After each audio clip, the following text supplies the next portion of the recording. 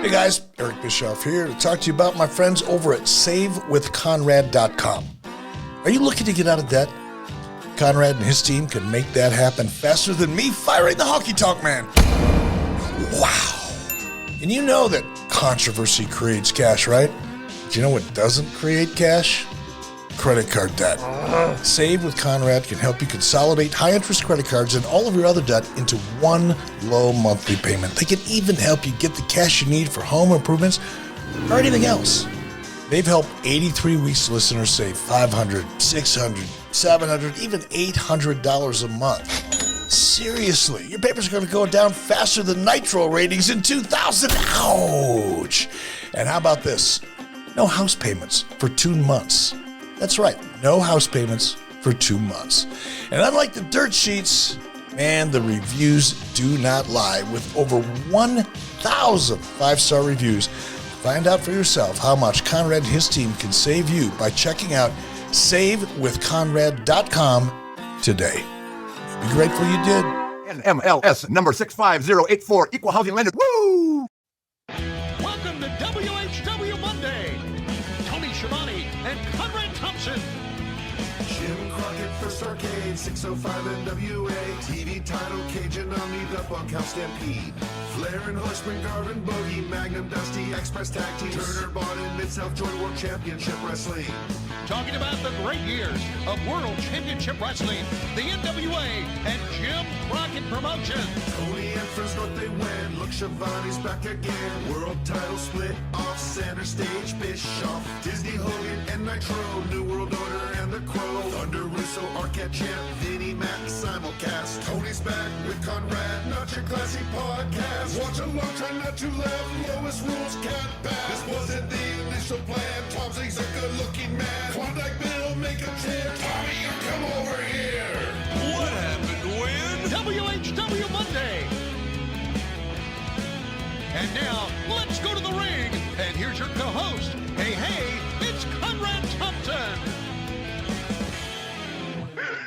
Hey, it's Conrad Thompson, and you're listening to What Happened When? With the voice of your childhood, Tony Schiavone.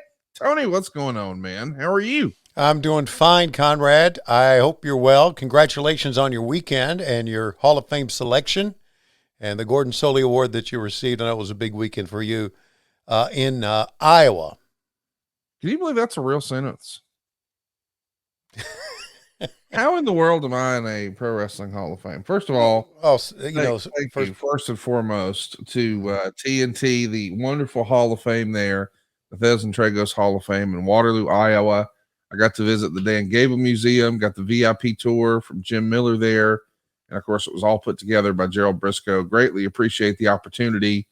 Want to thank everybody who came out and supported. We had some of our top guys, some of our supporters from our WHW Monday Patreon show up. And of course, Dave Milliken made the big trek up there, and Cassio Kid, and our gimmick attorney, Mike Dawkins, and of course, Dave Silva. And I can't believe this is a real thing, but Bruce Pritchard put forth an extraordinary effort to be there.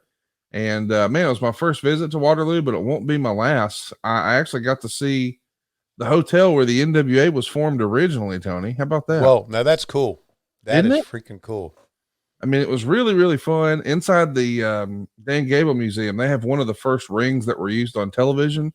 Man, it's tiny. Like if Layfield would lay down and stretch his arms out, he could probably touch both sides of the ropes. It had to be 8 feet. It was unbelievable. Like, really a cool opportunity, and one that I think every wrestling fan should see. Have you had a chance to check out the museum before, Tony? No, I've never been to Waterloo, and I've been a lot of places, but I've never been there. First of all, in response, you do deserve to be in a Hall of Fame. Look what you've done for wrestling. Look what you've done for many of us. Oh, come on. Don't go. Oh, come on me. Don't come on me, you son of a bitch. You really have earned a spot in pro wrestling. So yeah, it was great. Did that room where they formed the NWA smell like cigars, beers, and farts? I didn't go in. I just went past the hotel. I mean, but I'll tell you this, I'm working on some stuff.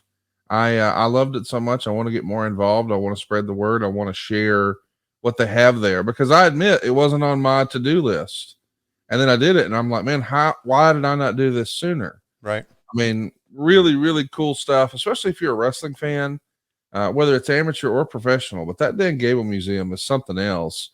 And then the collection of folks. I mean, before we got started, Thunderbolt Patterson did the prayer at the ceremony. How cool is that, man? Thunderbolt Patterson and Boogie Woogie and Baron Von Raschke and so many old school legendary names in wrestling. And of course, you know, Mr. Briscoe. And how about Dean Malenko's brother Joe was there, and Les Thatcher, and just on and on and on. It was really, really cool.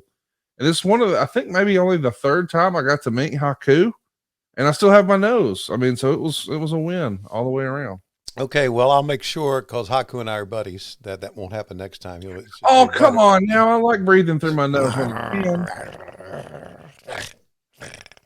Did Thunderbolt Patterson the prayer say, I'd just like to thank God for...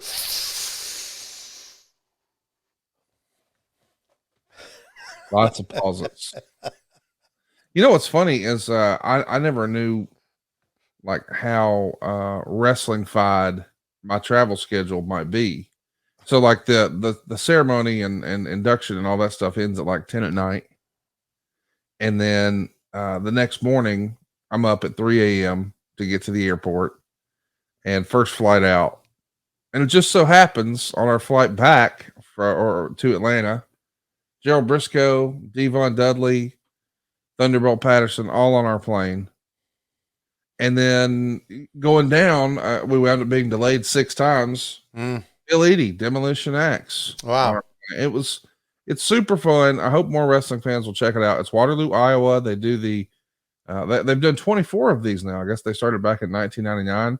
The 25th anniversary will be next year, and I hope that we can be more involved and help raise some awareness and make that thing a little bigger. And speaking of making that thing a little bigger, today's episode is sponsored by Blue Chew.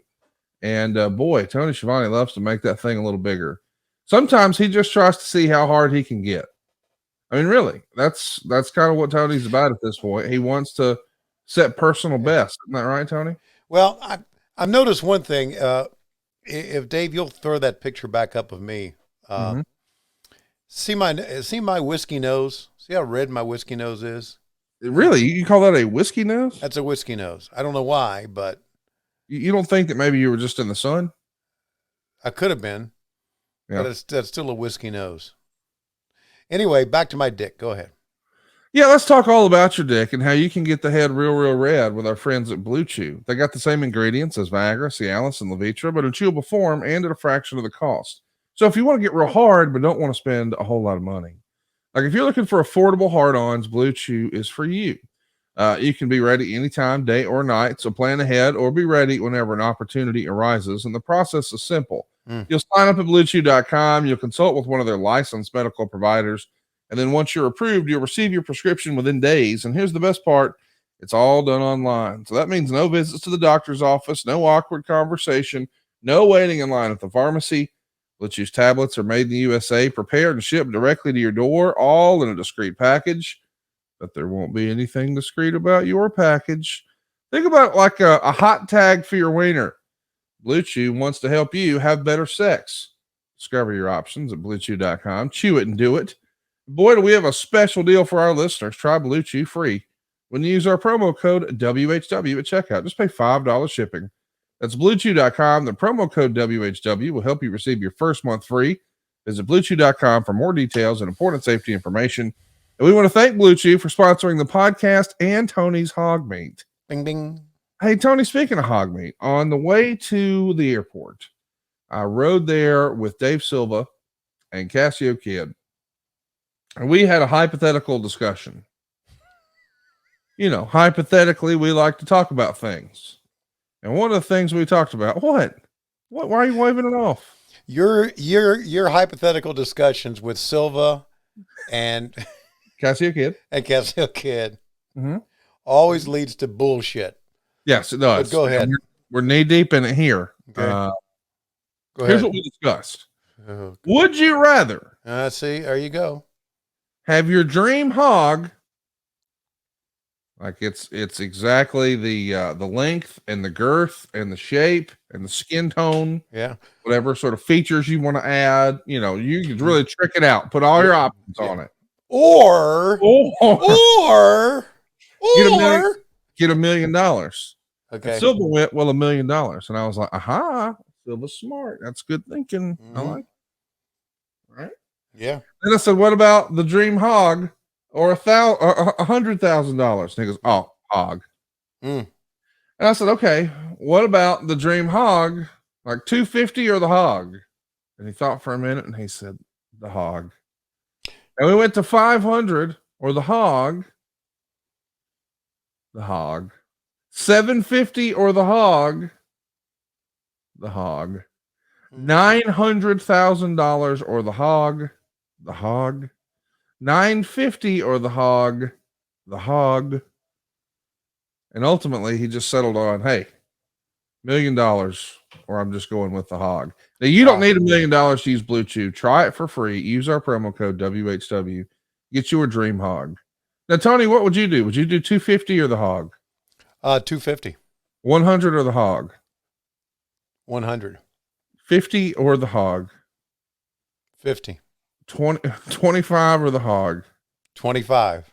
10,000 or the hog? 10,000. 5,000 or the hog? 5,000.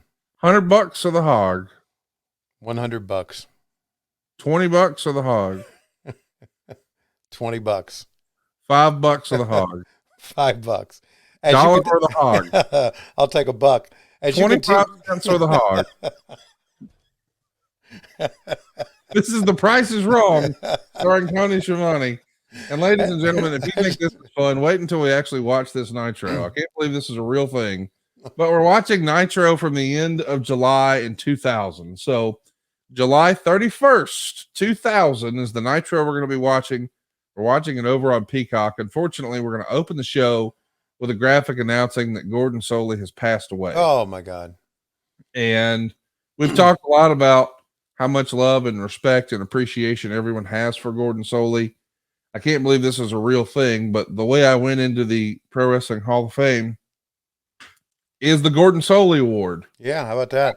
I've never called wrestling in my life. I don't deserve that, but they've decided that it's really about wrestling broadcasting, and they've got to include new media, which I suppose counts as what we're doing, but I don't think Gordon Soley ever asked one of his comrades, would you rather have 250 or the hog?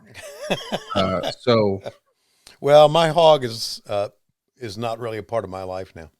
Well, we're gonna get you churched up at Starrcast this year. Like, did you say churched up? That's right, man. Okay, we're talking about somebody's dick and said churched up. That's right. Hold on, move. Here comes a lightning bolt. All the bells. You're gonna be all set up, ready to go. Speaking of ready to go, I want to give a shout out because we're starting awfully early on a Monday morning. Shout out to Josh Fields and David McClay and Zol Lopez and DJ Turnup and Eric Green and everybody who's showing up. Ken Smock, Elkins here. Appreciate all you guys showing up so early on a Monday to hang out with us. We're going to have a lot of fun watching a pretty interesting time for WCW that Tony Schiavone once famously described as a coffin on roller skates. Yeah, boy. That's where we are here. July 31st, 2000. Do you have a DJ turn up countdown for us, or are we going with Old Faithful today? You know what? I know, DJ, I know you sent us some, and that's probably why DJ is here this morning to hear his countdown, but I haven't loaded one up yet. How many months notice do you need on something like that? I don't know if we sent it to Silva 13 seconds before we clicked record and he didn't play it, we would call him out here on the show. Yeah. Yeah. That's my fault. No, I'm just busting balls. I'm ready to roll whenever you are. Well, let's keep talking. I'll load up one. How's that sound? Oh, I love the sound of that. By the way, I do want to mention that tonight we've got Orange Cassidy defending the international championship against AR Fox. We've also got one of our new favorite tag teams, MJF and Adam Cole. They're going to catch up. Pac is going to take on Gravity. Man, if you've never seen Gravity, maybe you haven't seen Pac in a bit, woo, you don't want to miss this. John Moxley and Claudio Castagnoli are coming off Blood and Guts. They're going to take on the Lucha Bros. The Best Friends will be in a 3-way, plus Darby Allin and Swerve Strickland and Britt Baker taking on Taya Valkyrie. Also, Rampage this week is coming from Albany. Collision is up in Hartford. Be back in Tampa for Dynamite and Rampage. Greenville for Collision. All this is on sale now. AEWTIX.com. I can't believe this is real, but in just a handful of weeks, you guys are going to be in Nashville, Tennessee. Yes, I am going to be checking that show out just a couple hours up the road. I'll be hanging out. But what I'm really most excited about is StarrCast. And that's going to be happening Labor Day weekend, just 1 week removed from Wembley. Everybody and their brother is going to be talking about AEW, and AEW is going to be celebrated in a big way at StarrCast 6. We're going to have most of your favorites, everybody who's available will be in Chicago hanging out with us at StarrCast 6. You need to be making yourself available. That's STARRCAST.com. We've got an opportunity for you to get bracelets, which gets you access to all the panels on Friday night, all day Saturday, and all day Sunday with all your favorite AEW stars. And, of course, all the great wrestling legends that you've come to expect at one of our events on stage, talking about the good old days and the current product of professional wrestling. So that all happens with a bracelet, and you can pick yours up right now at STARRCAST.com. Attend the panels, go to the meet and greets, just all access to all events. And it's happening Labor Day weekend, September 1st, 2nd, and 3rd. Also want to mention that if you can't be there in person, Premier Streaming will have that option for you. So you can watch along at home, on demand, live, whatever you're looking for. We got you hooked up. And yeah, we're going to try to get Tony Schiavone and Jim Ross and Eric Bischoff and Jeff Jarrett and so many of your favorites here from your favorite podcast. They'll be at StarrCast as well. That's STARRCAST.com. How did I do? Did I kill enough time? That was tremendous. Except at the beginning, did you call MJF and Adam Cole one of our favorite tag teams? Did you say that? I thought for sure you loved them. I mean, the way they troll you every week and you don't ever clap back here on the show, I thought you liked it. Oh, I think they're great. Yeah, I mean, I hate MJF personally, and I know you got big beef with Adam Cole, but I still figured, it was entertaining enough that you didn't hate him. Yeah, no, I don't hate him. I can see where he would hate me because in reality, his girlfriend likes me more than he likes him. Well, sure, of course. Yeah, that's the way it is. Oh, by the way, Dave McClay said, looks like Tony lost weight. I have. Thank you very much. How about that? Mm-hmm. On a diet. Well, let's get to it, baby. You locked and loaded now on July 31st, 2000. Here we go. DJ, turn up!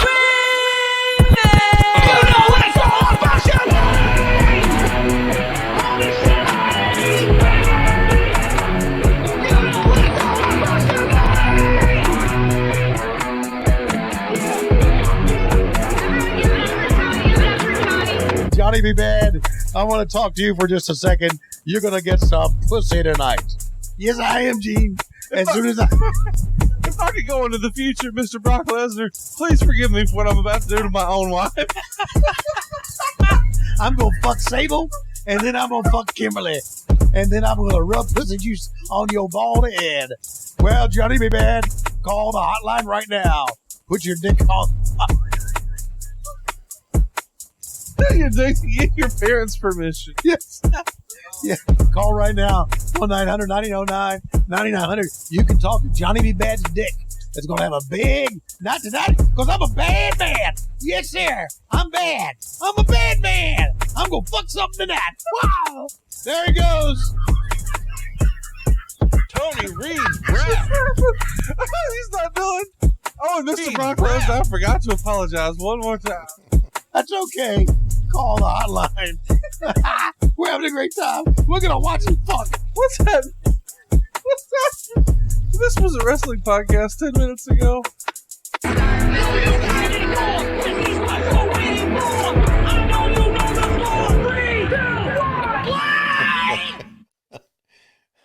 And now we go to Gordon Soley's graphic. My goodness, the timing. I'm sorry, Mr. Soley, for what Tony has done, for what I guess I allowed to happen. And then I won an award named after you. This is just one of the most embarrassing things that's ever happened to me. I can't believe you picked that intro, Tony. Tony's dead. Tony has left us. He is no longer a part of the program. Oh my God. Completely off screen. Ladies and gentlemen, Conrad Thompson in your Hall of Fame with that. First of all, you did it, not me. Not only did you say those words, but then you picked that intro. My goodness. I just they have them numbered. I just downloaded. My goodness. Of all of them to pick. Oh God, are we rolling or not here? Yeah, we are. Here we go. Fighting champion. Being at the top of your game means that all eyes are focused on your title belt. Nobody can be trusted. This list of players is long. Booker T continues to beat the odds time after time. Everyone is looking at this as an opportunity for glory. The lesser champion would give up and give in to the pain. Booker T is true. Unfortunately, he may not be 100%. Jarrett unleashed a brutal assault against Booker, attacking his already injured knee. Jeff Jarrett claims to be the chosen one. At New Blood Rising on August 13th, he'll get his chance to prove it. How much longer can Booker T's body hold out? Only one will survive in the game of human chess. It will be the ultimate endurance test for the WCW World Champion, the People's Fighting Champion, Booker T. Don't hate the player, hate the game. So there you see a little recap package of what we're dealing with on the fallout from Bash at the Beach 2000, and a white BMW just pulled up backstage. It says earlier today, and outside of that BMW, look who's hopping out of the passenger seat, an injured Booker T. Let's track it. God, I can't believe me doing this tonight. Please, no, you're injured. Please don't do this. Please. My man had a little cigar in his hand, and now here's the open to Nitro, and boy, this is not the same. I mean, just the sound. I know. The world championship of beauty, and so are you, ladies and gentlemen. Cincinnati, Ohio, the Queen City. Welcome to the return of World Championship Wrestling and WCW Monday Nitro on this very last day of the month of July in the year 2000. We are heading now less than 2 weeks away from New Blood Rising, 13 days out, World Championship Wrestling, and the running question is, Booker T, how much more can the heavyweight champion of the world take? Tony Schiavone, Scott Hudson, and the best looking big man in all of television, Mark Madden with me. He walks out once again. How about that announced team? Mark Madden, Tony Schiavone, Scott Hudson. That's an interesting crew. It's different from the old school Metro. Yeah, I had really mixed emotions because I really missed working with the old crew but I really love working with Mark Madden and Scott Hudson. We all three got along really well. Scott Hudson was very, very, very good. Tremendous he was as a wrestling announcer, and love Mark Madden. A lot of people didn't like Mark Madden, but man, he knew his role as a heel. And he really played it really well because Mark Madden in real life is a heel, right? He's a great heel. I look at some of these young people on the front row, and I'm thinking they're a lot older now. Some of these young, beautiful ladies are moving into the old age. God, can you believe that's 23 years ago? Unbelievable. 23 years ago. Here comes Booker T in one of the Rock's $500 shirts. He's got the big gold belt with him. He's got the sunglasses on. He's definitely got a look going here. You see the Blue Man Group hanging out like a lot of goofs in the crowd. We're knee deep in the Vince Russo era. As a reminder, we're just a couple more weeks removed from the whole Hulk Hogan, Jeff Jarrett, Eric Bischoff, Vince Russo disaster. Hogan and Bischoff are going home. We're trying to make Goldberg rather, a heel. Gordon Soley just passed away 3 days prior to this. We're up against a preseason Monday Night Football game, which would normally, you would think, no big deal. But it turns out this is the one that had Dennis Miller debut, so it's going to set a pretty big record at the time, I believe. And Booker T is in the middle of the ring cutting a promo. Let's listen in. You're gonna have to kill me right here in the middle of the ring. You dig that?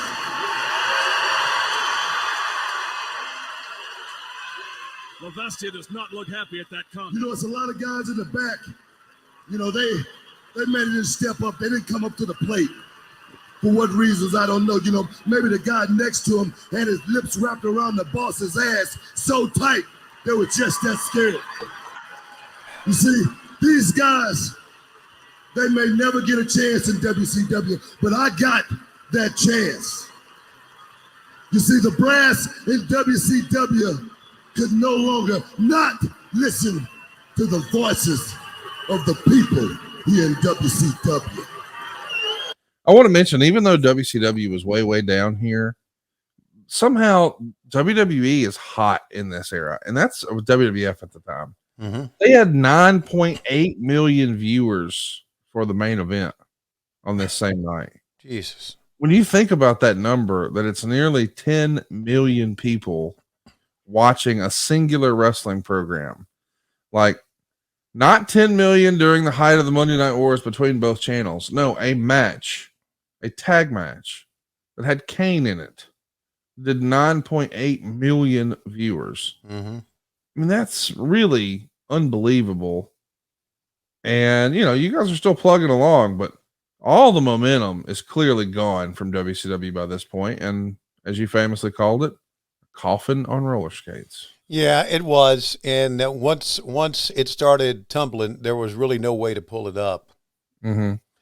And pull, as you say, just stop the roller skates or the coffin. I think this is a very interesting time. Let me tell you why.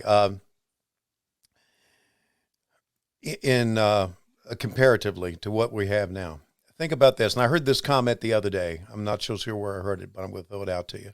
In 2000, 93% of homes had a home line telephone.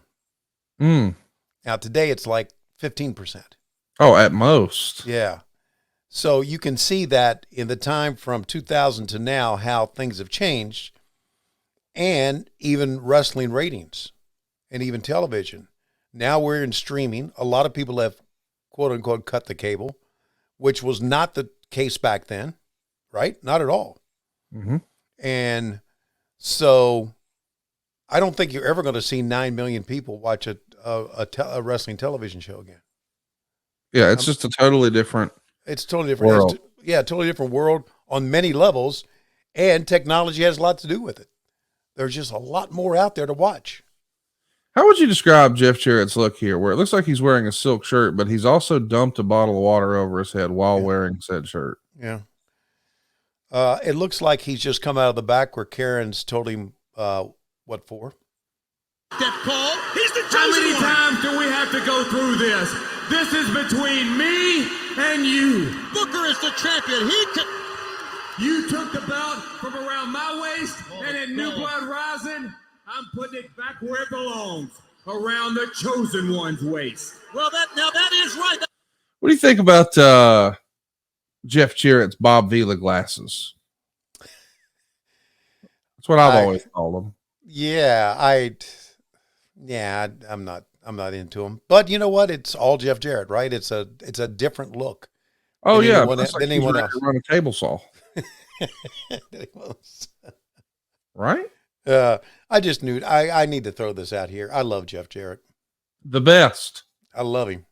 I mean, and here's the thing: I got so many people who approached me in Waterloo this weekend. Mm-hmm. Who said, "Congrats, but I hate you." And it was like, wow, okay, well, nice to meet you too.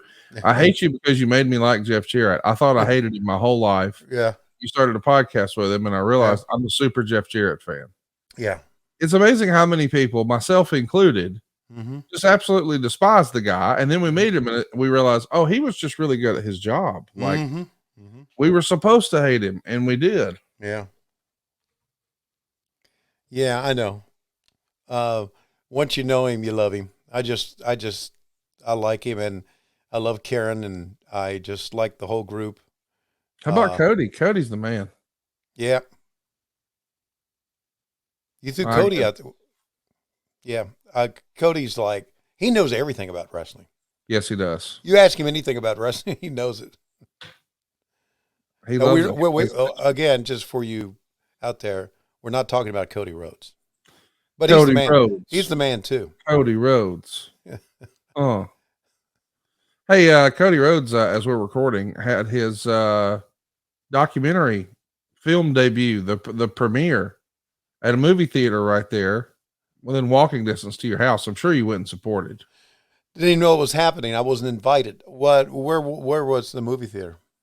It was a movie theater in your neighborhood. In mine, I don't have a movie theater in my neighborhood, you lying cocksucker. Who's this coming down here? He's got a mask on. I was wearing Sting's pants.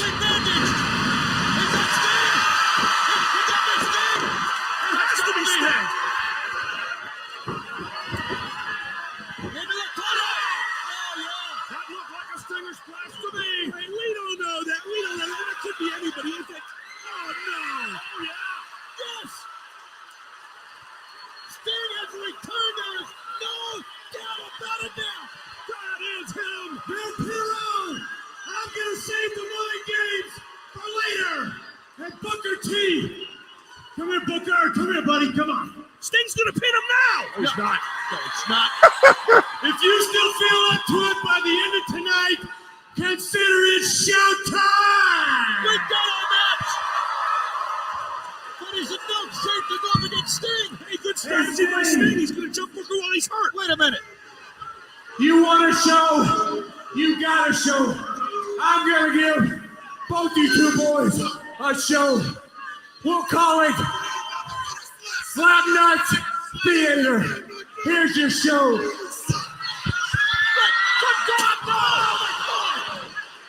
Jeff Jarrett just broke his guitar over Booker T's wife.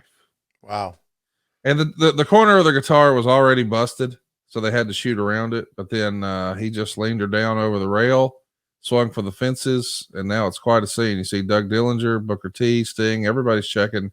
They're going to take a timeout. We will too. I'm going to stop it down at 12:45.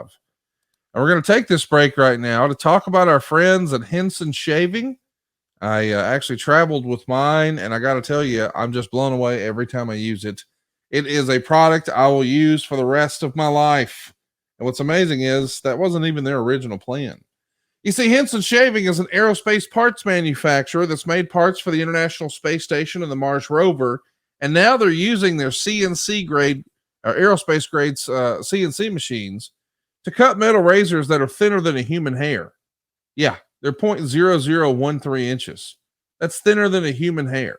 And what that means for you is a more secure and stable blade that gives you a vibration-free shave. It's going to reduce all the nicks and cuts and scrapes. You see, whenever that's happened for you before, it was an extension problem. Now you've got the thinnest razor you've ever seen. And then how about this too? It's also got built-in channels inside the razor to evacuate hair and cream, and it makes clogging virtually impossible. I know that because I've gotten a little too close to my beard before and pulled out like really long hairs. Bam. It didn't hurt, didn't tug, didn't nothing, but I could see it in the corner of the channel. Like, wow, I didn't like miss a spot. It got it all, even that part. Listen, this is a razor like nothing else I've ever used. And that's one of the things I really appreciate about Henson is, listen, sometimes making a good product and making a good business are different things. Like think about like Keurig coffee cups, right? So like they sell you the machine, but then they get rich selling you the cups. Right. So the machine doesn't cost that much, but boy, you really are going to be over a barrel when you're buying all the cups. Not to pick on them. I know people like it. Here's what I'm saying. The razors work the same way, Tony. Most of the time, you buy the blade or the handle, but then whenever you go restock up on the blades, it's so expensive they put it under lock and key at the drugstore. Yeah. These cats at Henson, they know that's bull. Let's just make an old school feel razor, a standard dual edge blade like your handsome ass grandfather used to use, except we're going to give you the thinnest razors you could ever use, and we're going to make them affordable. How affordable? Well, how about $3 to $5 a year?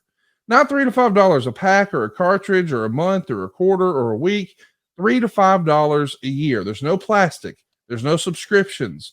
There's no gimmicks needed here, folks. Let's say no to subscriptions. Let's say yes to a razor that will last you a lifetime. Visit hensonshaving.com/WHW to pick the razor for you and use the code WHW, and you'll get 2 years worth of blades free with your razor. Just be sure to add them to your cart. That's 100 free blades at hensonshaving.com/WHW and use the code WHW. Tony, you've been using a Henson razor. What do you think? I'll use them for the rest of my life. Yeah, man. I also got, and you can get it, one of the stands. Yeah, it's cool. Put your razor on. So yeah, it just keeps it at an angle and keeps it off the counter. And it's cool. I bought one for Matt Schiavone. I bought one for Tim Schiavone, and I bought one for Chris Schiavone. So I bought one for 3 of the boys.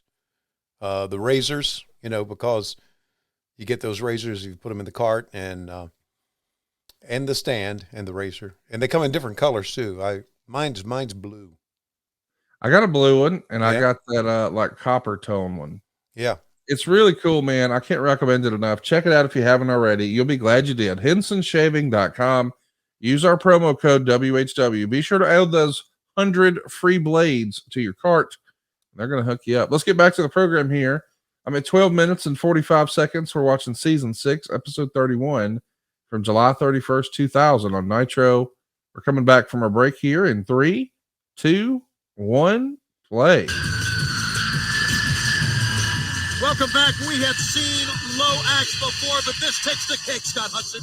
Unbelievable. We are seeing footage of a man out of control as Sting tended to Booker T. Look at the look on Booker's face. Our world champion just saw his beautiful wife glommed with a guitar by Jeff Jarrett, a man firmly out of control of his senses, Tony. That was moments ago. Let's go backstage now live. You just go do your... No, man. No. You go to the hospital. Man, I gotta get it. You be with your wife, and I'm going to get Jared. I don't care how, but I'm going to get him in the ring tonight. Don't worry about a thing. I'll get him. You know me, Booker. I got it. I think that's good use of Sting. First of all, I did find it a little funny.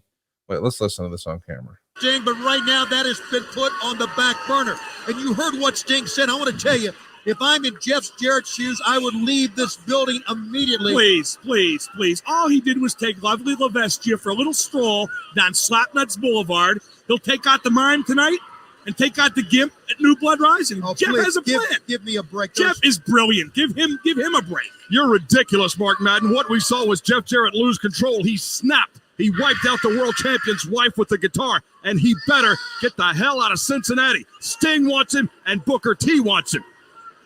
Sometime, somewhere in this arena, Sting is in search of Jeff Jarrett. For all we know, Jeff Jarrett is hiding somewhere back in a bathroom. If he wanted Booker T, he's got him 13 days away. But I want to tell you, Sting is on the hunt tonight, and we're going to have the action out here in the ring and follow that story as it develops here tonight.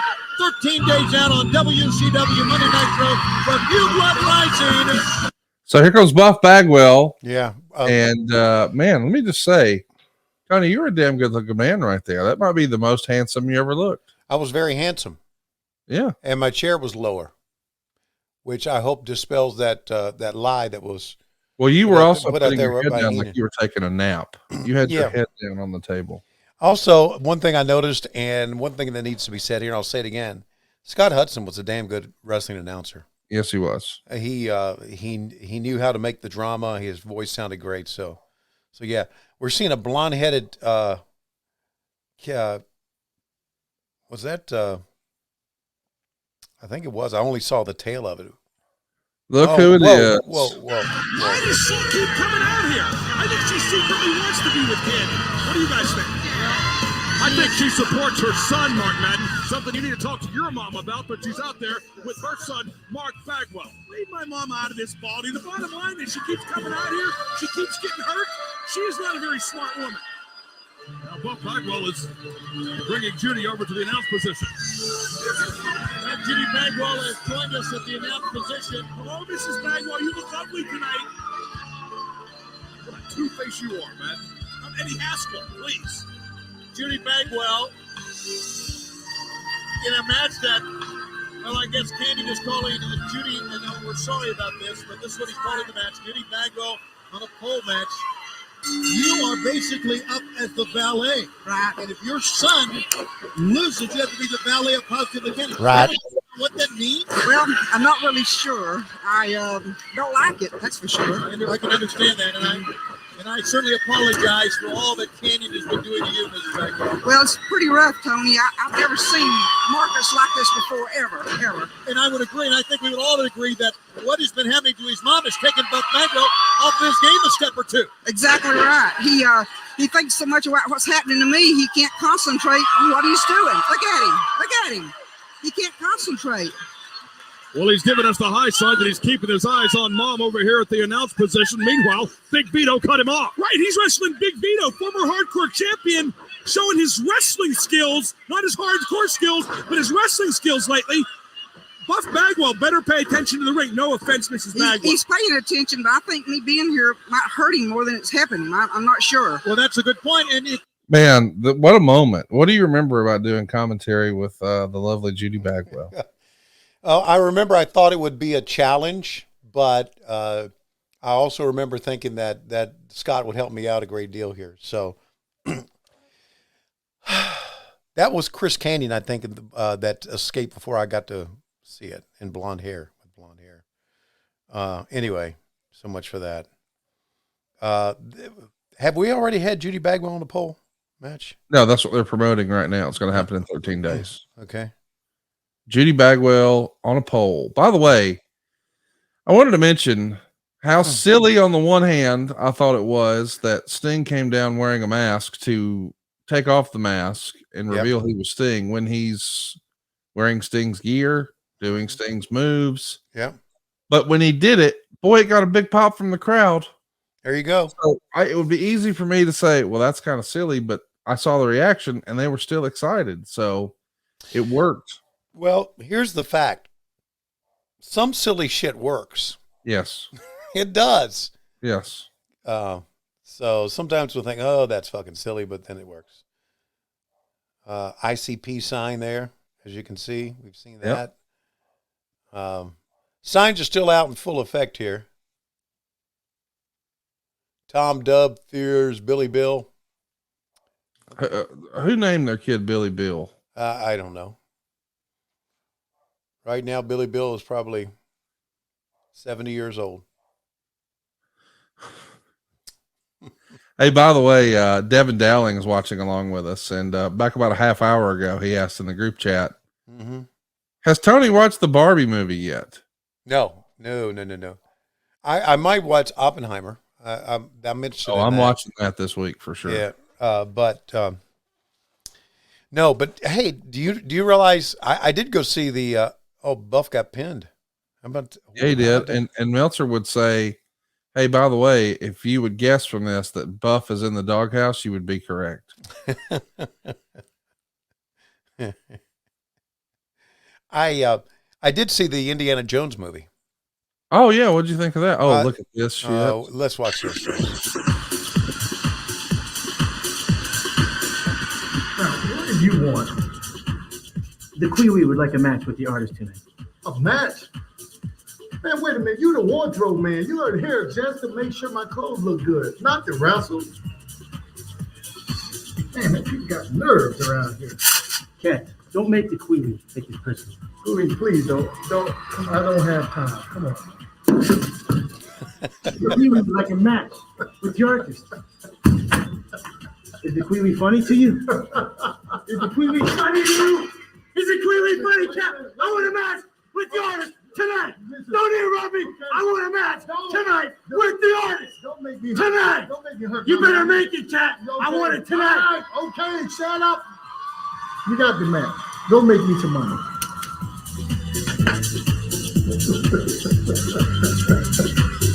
Positively Canyon. At New Blood Rising against Buff Bagwell, Judy Bagwell is up for grabs. But why do you want her as your new Kimberly? Bottom line, Blondie, is that old battle axe doesn't know her role in wrestling. That's why I made this match a Judy Bagwell on a pole match. That way, when I beat Buff, she becomes mine. She does everything for me that Kimberly did for Paige, and If she does a good job, maybe I'll make her a Nitro girl. Either way, if she doesn't like it, she better get ready to feel the bang! And do you feel like a man, like, canyon cutting these women? Yeah, maybe I do. Why? You have a problem with that? Actually, I do. Oh, Yeah. you do? Then maybe you better get ready to feel the bang!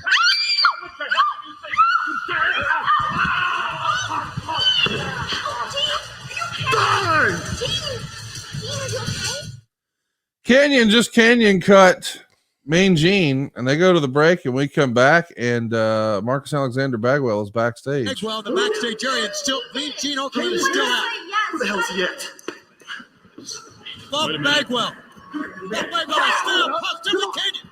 Bang! Oh yeah! Bang! That was a So Buff Bagwell just DDT'd Canyon on the floor, and we do a quick cut, and now we've got Sting roaming the halls looking for Jeff Jarrett with a baseball bat. Come here, Jeff. Bring your guitar. looking for Jeff. And now we're back to the arena, and I think this is going to be is this right? Is this the artist formerly known as Prince Iaukea coming to the ring? I believe it would be. And that's Paisley. Isn't that Booker T's to-be wife? Yeah, but at the time, his wife just got hit right. over the head with a guitar. Yeah. I don't know if there were divorce papers in that guitar, but yeah. You know, and here's another shot of Kwee-Wee. What to me was interesting about Kwee-Wee was that Alan Funk in real life was a pretty freaking tough guy.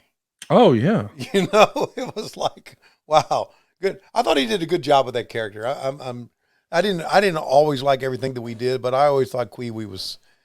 I thought he did a good job of playing. I thought he did a good job of playing the character. Put it that way. Oh, for sure. Yeah, and here he comes. Hey, let me ask you. Booker T's wife at the time, was her name Lavestia? Is that what they were saying? I think that's what they were saying. Did you meet her before? Yeah, I had met her. Yeah, but I can't remember. Right. What was her name? But yeah, I had met her. This show is interesting in that one thing is very, very obvious here, for better or for worse, is that this show is big on storyline. Yes. And short on wrestling. Which is what a lot of people believe was the formula that made Monday Night Raw successful. However, it's not always the formula that Nitro used. Nitro at times would be, or most of the time, would feature more wrestling than story. Don't get me wrong, lots of time spent to the NWO story, but I'm just saying, I think if you counted the number of minutes of in-ring wrestling on a WWE show versus a WCW show in, say, 97, 98, you guys were winning that war. Yeah. I think here it says it all now. Again, Kwee-Wee and Prince Iaukea both are good performers. And right now, Kwee-Wee is really doing some great stuff, and not a freaking fan gives a shit about it at ringside. Yeah, they haven't made him, the audience has not fallen in love with his character. No, and it just goes to show that, to me, that Russo was trying to develop everybody's character and trying to get everybody over, but it wasn't always working. Right. Listen, we didn't have a Stone Cold nor a Rock, and there you go, right? No argument from me. Yeah. Okay. We're watching a pretty fun show here. Again, this is season 6, episode 31. I want to give a shout out to everybody hanging out in the group chat. Yeah. Well, we've got a crazy group of fans who join us for these live shows. It happens at patreon.com/WHW Monday. And man, it's so cool to see folks showing up and hanging out with us first thing on a Monday morning like this. I think it's amazing that Coach Keith is up and awake. Don't fall asleep. He's 3 hours behind you, Tony. Isn't that crazy? Yeah, isn't that crazy? That's tremendous, Coach Keith. I'm gonna have to have Coach Keith get me some tickets to see the Raiders play. I'd like to go to that new stadium. That'd be freaking cool to see a football game there. Have you not been there? No, I've not been inside of it. I've seen the outside. The outside's amazing. Oh, I thought you went to SummerSlam a couple years back. No. Why would I be at SummerSlam? I was just busting balls. Hey, how funny was it? Can I say this though? Can Please I do say a little promote? Say it. I'm going to be at WrestleCon the Friday. SummerSlam weekend, yeah. I'm going to be there Friday only because we've got a show on Saturday. We got a collision on Saturday, so I'm going up to Detroit for Friday only. Me and the Gimmick Attorney. So that's next Friday, right? Next Friday, what is that? August 4th? 3rd, I think. 3rd. Oh, Okay, 4th. You're right, 4th. Yeah. August 4th, but on August 5th we have collision in Greenville, South Carolina. So I'm flying back early that morning to be in Greenville, but I'll be there on Friday. So there you go. Look at Paisley taking a look.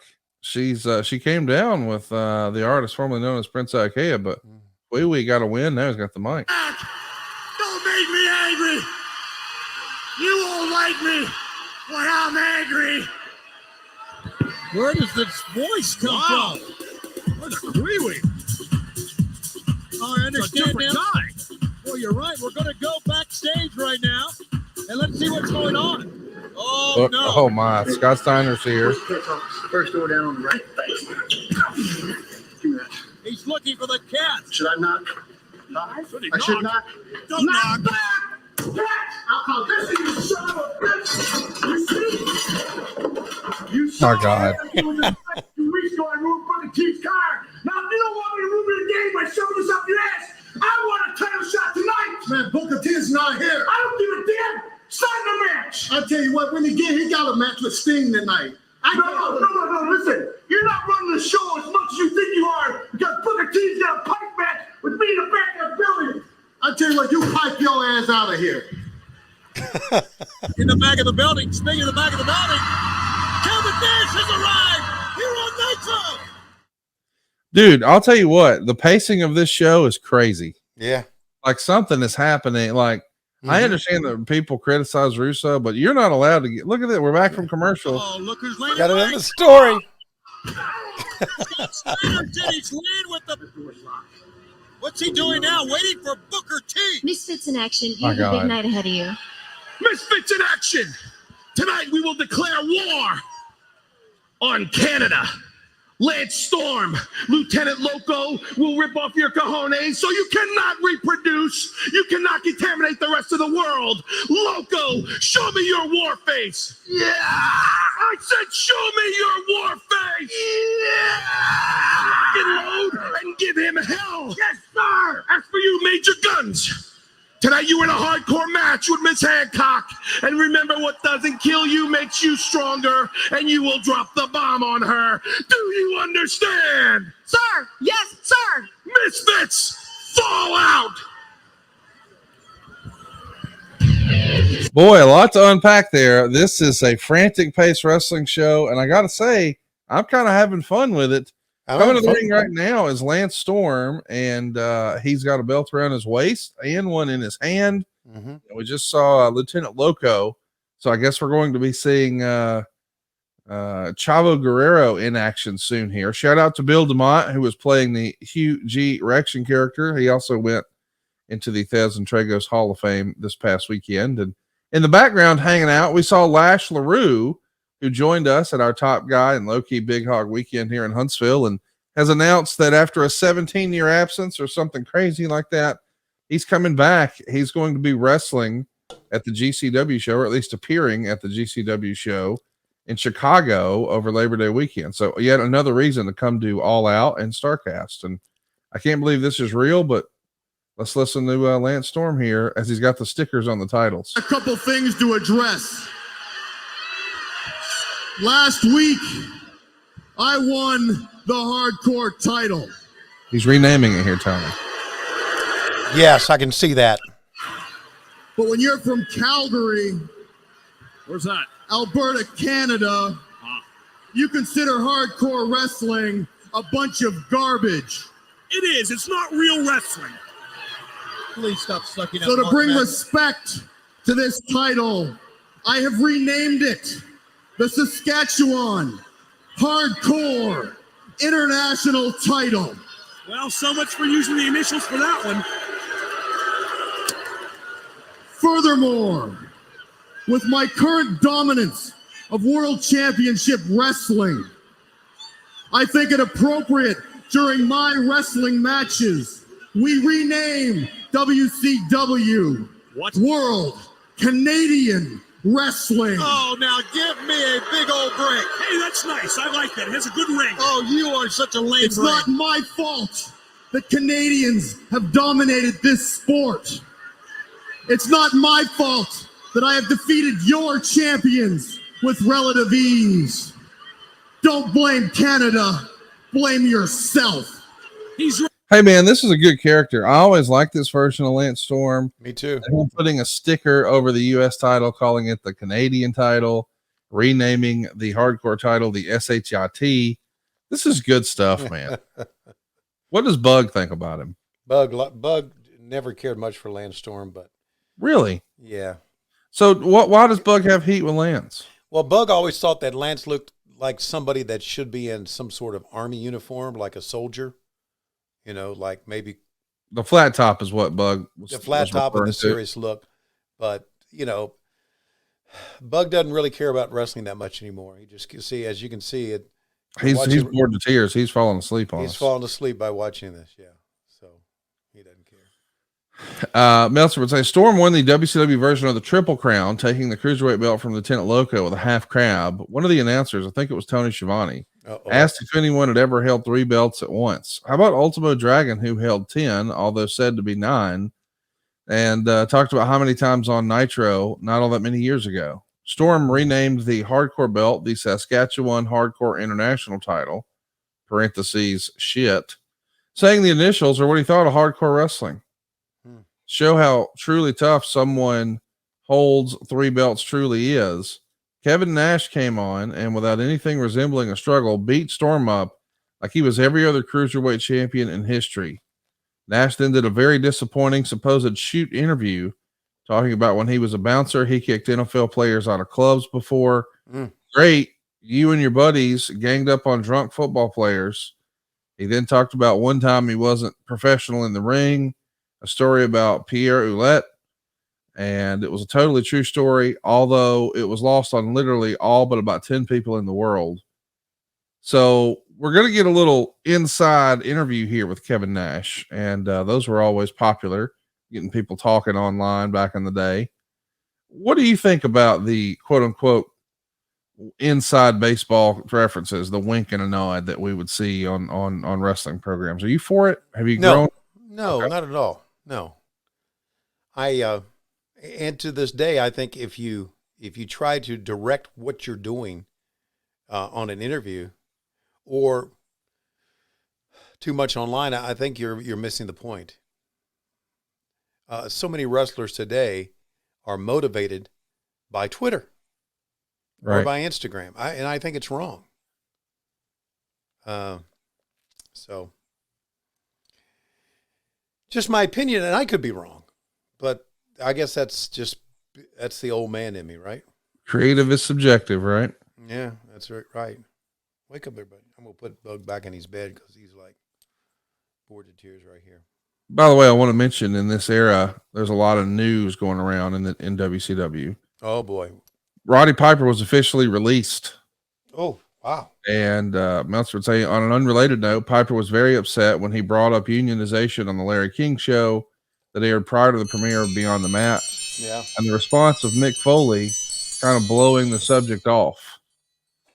And you can see that Piper is sending a message from beyond the grave to Tony Schiavone now. What's Piper saying in your special heaven app? Piper's saying, I'll be at your house in 20 minutes to wash it. Okay, cool. Okay. I hope he doesn't bring his kilt because Lois will be looking up to it when he's on a ladder. You saying she might want to take a look at the old flesh chandelier? Is that what you call it now? Flesh? Well, I know he's a pretty decorative fellow. I don't know if he had gimmicks hanging from it or whatever. I didn't know it was called a chandelier. Well, I think it depends on how much it hangs. You know, like you may have you might have recessed lighting on your gimmick. I don't know.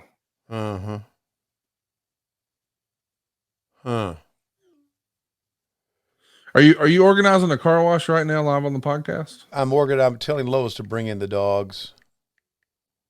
Close the door. Can you speak it into Siri so we can all listen to what you're texting? Because that'd be more fun. Yeah.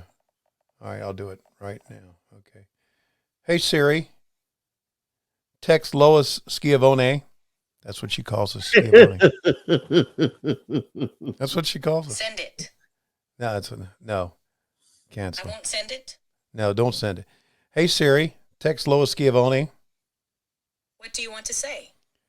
Shut the door. Bring in the dogs. They're coming to wash the house. Send it. Done. Thank you. By the way, to send messages faster, try turning on auto. Kevin Nash has a microphone in his hand. The fans are going bananas. Lance Storm is still there with now 3 titles. And he's telling Lance, get out of here. Oh, and Lance is just bellying up to the bar here. Knee to the stomach for Nash. Into the ropes, comes back, big boot. Lance takes his 3 belts and ski daddles. So you're going to get your house washed today? Yeah. Mm-hmm. They're just going to come like pressure wash the brick? I don't know what they do. All right, let's take a listen to Kevin Nash, see what he does.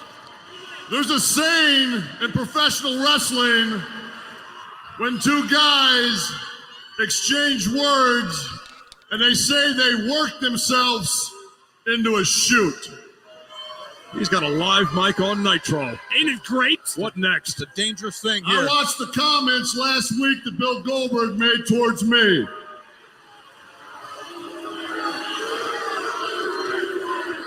Boy, did we all. I've been doing this now for 12 years.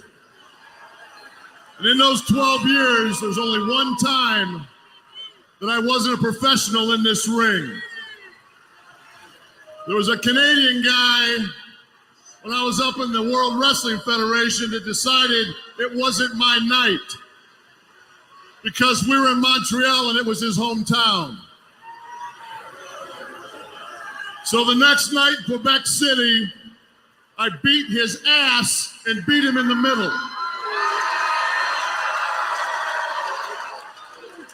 I think we remember that. Now, before I got into this business, yeah, Goldberg, I might have played some basketball, but I wasn't holding anybody's hands. If I watch enough sports, if anybody's patting anybody's asses, it's the football players. Here we go. I think we're drawing the battle lines, if not already. Lord, I love this. After I got done with my basketball career, I bounced. I bounced in Detroit, I bounced in Atlanta, and a lot of places in between. And you know what, Bill? A lot of nights, the NFL football players would come into our joints and have a couple of suds, and you know what? We'd have to kick their asses.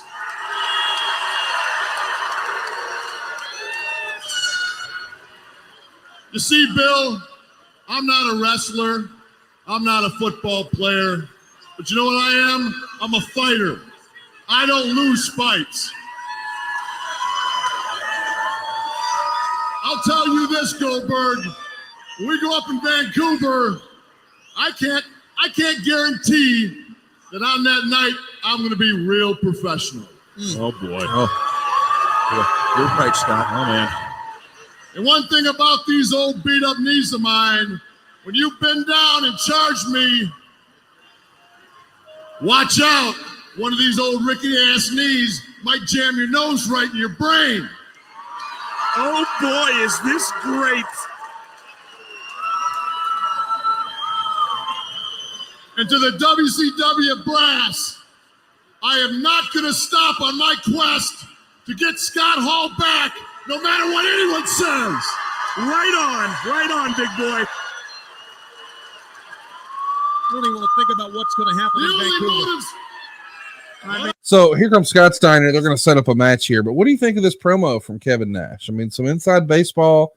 At the time, of course, that was a real comment about Scott Hall. Right. WCW was done with him, and he's mentioning him even though he's probably not supposed to. Right. Talking about maybe I won't be professional, mentioning when I was the champ of the World Wrestling Federation, blah, blah, blah. Right. You said a minute ago you weren't really a fan of that sort of thing. Now you've heard it with the proper context. Still feel the same way? Yeah, I'm not. I thought Kevin Nash, everything he said was cool. I liked his persona. I liked that the Kevin Nash you saw in the ring was the real Kevin Nash. But I just never liked that inside baseball stuff. I never did. I thought it was directed towards a smaller audience. But let's listen to Scott here. I don't give a damn about Goldberg, and the only reason I don't shove this pipe up your ass right now is because we're both from Detroit. And tonight, we're not waiting to New Blood Rising, you piece of shit. What? Not here we go. So yeah, two big badasses here. I don't think I'd want to mess with either one of those guys, or for that matter, Ernest the Cat Miller. Look at the guy who just ran out, is pulling Scott Steiner back. That is Chris Harris. He's going to go on to become half of America's Most Wanted in TNA. He's working a security guard gimmick there. Man, that's fun to see. How about this fellow with a full head of hair right in front of Kevin Nash? Overgrown Opie. What we were doing there is this. We were trying this, at least is what I think we were doing. And I think I'm right. We were trying to show that guys were going to business for themselves. Does that make sense? Yeah. We were trying to show that by saying the stuff that they were saying, that they were going completely off script. It wasn't pro wrestling anymore. It was these guys doing their own thing. And does that make sense? Yeah. And I just, and again, the fans on a larger scale just didn't buy it. I mean, the proof is in the numbers, right? It's an interesting concept, you know, what you guys are trying. We see Kevin Nash backstage talking to Ernest the Cat Miller. That's crazy, but I got something for you. Here, go have a straight jacket match. The hell is this? Listen, put him in there and beat his ass until you get tired. That's how you win. I ain't gonna get tired. But one other thing, he can put you in that bag too. I'll put your ass in this bag. You let him out a little bit more. So the cat says a straight jacket. By the way, let me just say this. I love Ernest the Cat Miller. And anytime we get to see more of him, I think this was good casting. I know that some fans have decided they didn't like it. And I hear you. Okay. I think you just didn't like WCW at the time. Sure. But him in a commissioner role, a recurring role where we're going to see him multiple times throughout the show. Yeah. I think is fun stuff, man. Like when Kevin Nash first barged in there, or no, I'm sorry, Scott Steiner barged in there and he wiped everything off his own desk. That was so good. And when Kevin Nash just said, I'll put you in it, Ernest just opened up his jacket like, let's go, right? Yes. It's so funny. Yeah, it is. Interesting that the Jeff Jarrett sign in the crowd. It said, "This is Slapnuts country." Oh, there you go. I didn't expect to see signs for Jeff Jarrett in 2000 in Cincinnati. But there it was. We started this program, this Nitro program with an angle for a tag team match. Yes. And you haven't watched it yet, but we started Saturday's Collision with an angle for a tag team match later on. So it was pretty cool. I'm going to catch up on Collision tonight. We had a very good opening segment. Very good opening segment on Collision, I thought. I was really Joe Morris, by the way, Joe Morris and some of the people says we would like Pornhub comments. What? Yeah, we ain't doing that. So Joe, thank you very much. You may want to go somewhere else if you're looking for that. We got a bunch of questions here. Devin Dowling wants to know, could he wear the jacket that Cat had one time on Dynamite, please? So we're talking about the, how would you describe that animal print? Leopard? Is it leopard or tiger or zebra? I mean, it's like there's an orgy at the zoo and then that jacket came out of it. Yeah. I'll have to glance at it once again. Joe Morris wants to know if WCW was in a literal coffin on roller skates at this time, what would that coffin have looked like? It would have been the color of one of those Goldust gold ones, like we've got a golden ticket straight to hell. Yes. And Katie Vick would have been on the inside. Eric Green has a great question. We saw General Hugh G. Rection ask Lieutenant Loco this, and now we're going to ask Tony Schiavone this. Tony, can we see your war face? See my war face? Yeah. That looks like your constipated face. Yeah, I know. Let's see your Blue Chew face. All right, now your Manscaped face.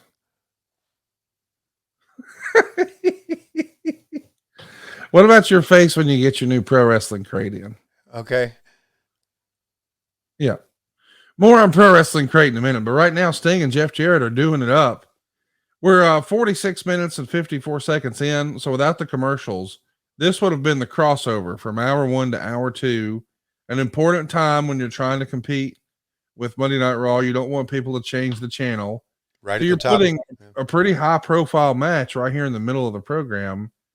Listen, Russo gets criticized a lot as far as the pacing and the stories. And I mean, there's a lot of good stuff here. Now, I could say, I don't know, man, we're talking about a Judy Bagwell on a pole match. Sting, I think, was just burned to death. He showed up without any sign of being in a fire. Now, so-and-so wants a pipe match. And, well, no, now you're getting a straight jacket match. I mean, it is at times a little silly. But overall, this has been a good show. Yeah, it's enjoyable in many ways that we look back on it, and comparatively, it wasn't as good as the WWE, and the mindset for people are a lot different 23 years later. It is. There's a nostalgia to it that we're enjoying, and not only that, I think I heard in that one promo that we are going to see Major Guns. In a hardcore match. Against? Did he say Stacy Keibler? Miss Hancock, he sure did. So we're all for that. Yeah. Yeah. Yeah. We like everything about it, actually. Yeah. My adopted daughter, Brooke, is online here with us. Brooke, you may want to go, I don't know. Log off. Log off. Yes, log off when that match comes on, because Conrad will say things that probably are offensive. Me? Yeah. Coach Rosie, by the way, was over in Hawaii, as my grandma used to call it. Yep. Hawaii. And she would be proud to know that Coach Rosie got you a present from the islands. Yeah. It's a pineapple you can stick up your ass sideways. Because I know you've always wanted to do that. You're a terrible person. How? Yeah. Hall of Famer Conrad Thompson. What did he say? We'll stick a pineapple up your ass sideways. No, I didn't say that. Coach Rosie said that in the comments. You didn't see it, but that's what he got you. Okay. You realize that we're going to have a Viagra on a pole match on this program? Sure. We just honored Gordon Soley. Why not? Stick a pineapple up your ass. Viagra on a pole? These days it'd be a Blue Chew on a pole. Uh-huh. You think we could do a Blue Chew on a pole match on Rampage? I doubt it. It's a Friday night. What's that have to do with it? Well, I know Saturday nights for fighting. Okay. I mean, I think Friday nights for something else that starts with F. Okay. Hey, that opens pretty cool, isn't it, with that Elton John song? Dude, everything about Collision is so fun. It's what I was telling you before we clicked record, that it's probably one of my favorite wrestling shows right now. I love that it's 2 hours, and I like that it's different than, like Nitro and Thunder felt like different shows, and it feels like this is a different show. Like, there's not a sense of sameness to the program, which I think is pretty hard to do when you're largely talking about the same company and the same cast of characters and probably mostly the same production folks, et cetera, et cetera. Yeah. Oh my God. Jeff Jarrett just kicked the referee right in the no-nos. Yeah. He's got a chair. Oh, I thought it was Sting, and that time he did nail Sting with the chair.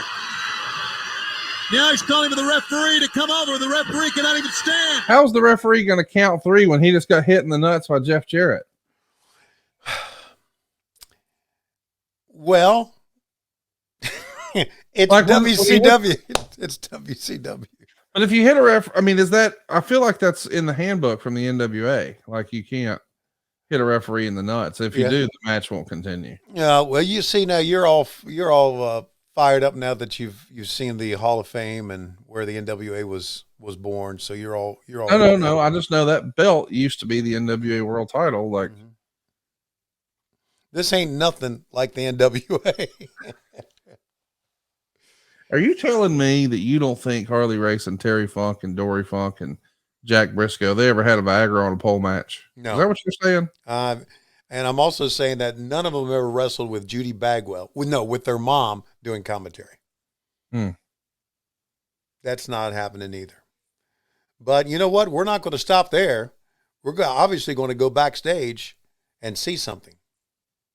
Yeah, I think about all the pre-tapes that we have to do today. Oh wait, what is this? Jared as well. Fans, we're coming right back on Monday Nitro. Moments ago, an impromptu match. Sting and Jeff Jarrett. The referee is down. The chair is in the middle of the ring. And then the Scorpion gets up the back of the head of Jeff Jarrett. The referee is there, and Sting gets the win. Let's not forget Sting is not 100%. The knee is damaged, but he and Booker T will collide, and we understand we are going backstage. They will collide for the WCW. All right, so we're pretending that we're sending Jeff Jarrett to the hospital because he's hurt. Right. And look, here comes that damn white BMW again, and you know who's in there. Yes, I Booker do. T, because we saw this earlier today. Let's see if Booker has anything to say to the cameras. He's coming back from that same hospital. Yeah, he just... What? What's that? Sting death dropped him out of a chair. It was sweet. I think he was just on that ambulance that left. What's Sting? He's in there. Inside and upstairs. So Terry Taylor directing traffic in the backstage area. Yeah. Because anytime you need a stooge on camera, Terry Taylor will be there. Taylor's your man. Yeah. Sean Stasiak on the left, Chuck Palumbo on the right, calling themselves the Perfect Event. What'd you think of this tag team? Well, they look good. Like they're walking into a Brazzers shoot. World Tag Team title bout coming up. It's going to be what Meltzer would call a terrible three-way. I bet. He says, Chronic retained the title with a totally mistimed finish. Adams hit Muda with a chair, and then O'Hare was supposed to do the Swanton Bomb immediately on Vampiro, but it took ridiculously long to get the spot done, and Muda had to sell the chair forever for the double pin. Then they raised Chronic's hand, and Muda sprays missed on both guys. And Vampiro and Muda were called the Brothers in Paint, which is taken from a reference of Sting and the Road Warriors when they worked six-man tags together back in 1988. So how about that tag team, Vampiro and the Great Muda? You know what? I don't remember that team being together, obviously. There's a lot I don't remember, but here's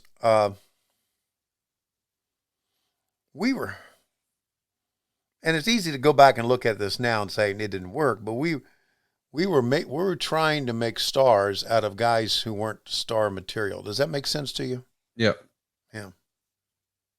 But I got to give Russo credit. He was putting an effort into it. He really was. How about Muda? Wow.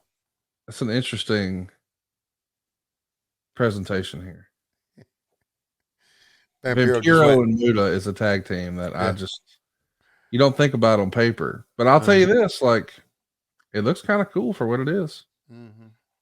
Bad, but they are truly the hottest team in all of WCW. Hey, listen, they caught us off guard at the last pay-per-view, but I'm going to tell you right now, they're one-dimensional meatheads, and we're going to prove to the world. So that guy on the left, Mark Jindrak, was originally supposed to be one of the members of Evolution. They call an audible, and somebody else got the opportunity. But it is crazy to think that, he could have been a made man. And I think everybody, myself included, thought Sean O'Hare was going to be a really big star in the WWF. I mean, he's this monster of a dude, all jacked up, can do the high flying craziness. Like that Swanton thing is what Jeff Hardy was doing at a much lower weight.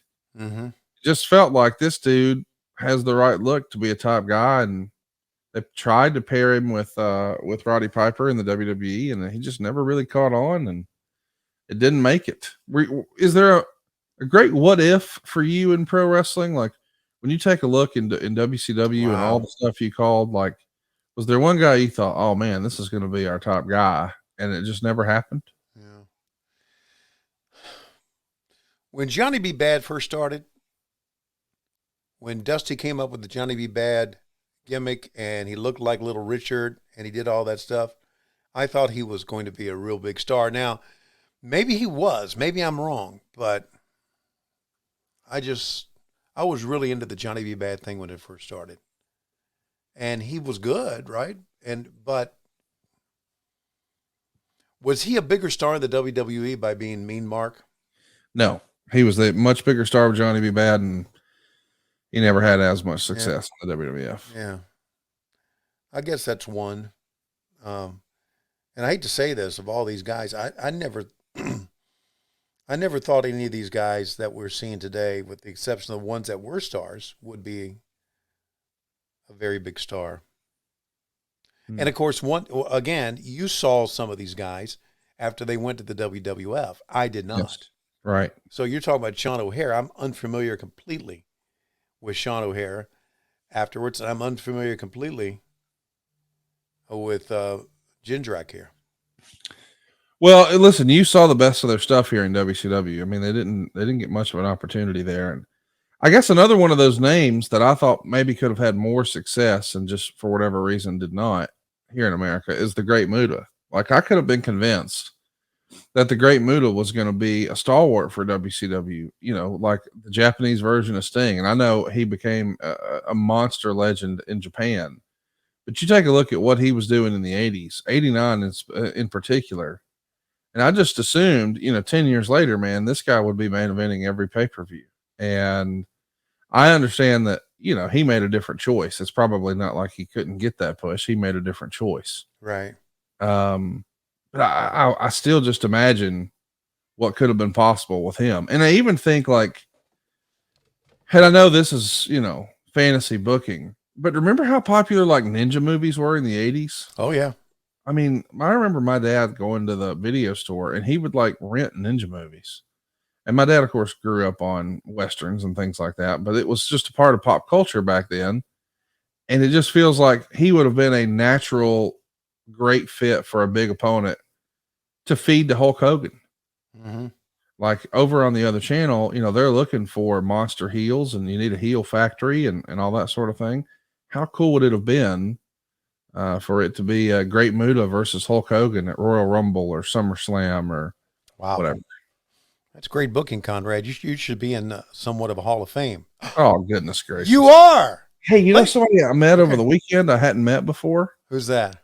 Barbara Goodish, Bruiser Brody's widow. Really? I use that word, but yeah. Such a lovely woman. I'd seen her interview and got to feel like I knew her just from watching the Dark Side of the Ring episode, the pilot episode on Bruiser Brody that she was such a big part of. Right. So to see her in real life and get to spend a few minutes with her was pretty cool, man. I mean, that's a guy. Can you imagine how much fun he'd be having in wrestling today? You think he'd have a controversial opinion? You think he'd have take a hard line on some of the stuff that has evolved in wrestling? And yeah. Wow. Never worked with Bruiser Brody. Isn't that something? And I've worked with most everybody. I really that is interesting when you think about it. I guess the Crockett's never wanted to bring him in. No, I get it. Because of who he was and how he approached the business. Hey, what's the name of this referee? I always forget. And you and I've had this debate on the show. I don't know. Somebody in the group chat will tell us. By the way, I want to give a shout out to everybody hanging out over there. Josh Fields wants to know, if you had to call the Blue Chew on a pole match today, who would you want to be in the match and who would you put over? Blue Chew on a pole match would be Ric Flair against, let's take somebody else who's past their prime. There's that big move. The Swanton? The Swanton. So there you see, Jindrak and O'Hare think they won because they hit the Swanton. But Opie, he wasn't having it. He counted the other pinfall. Chronic retains. Ric Flair against Gerald Briscoe. There you go. There's your Viagra on the pole match. Well, Briscoe's going to get that one. You know, he had a hospital stay over the weekend. He did. Yeah. He's out. He's fine. He's good to go. But we got in really late on Thursday night. So Friday morning, I was having breakfast, and we found out that Joe Briscoe went to the hospital the night before. As I understand it, he finished his third beer, sat it down, and looked at JBL and said, "I think I'm having a stroke. Call 911," and fell over.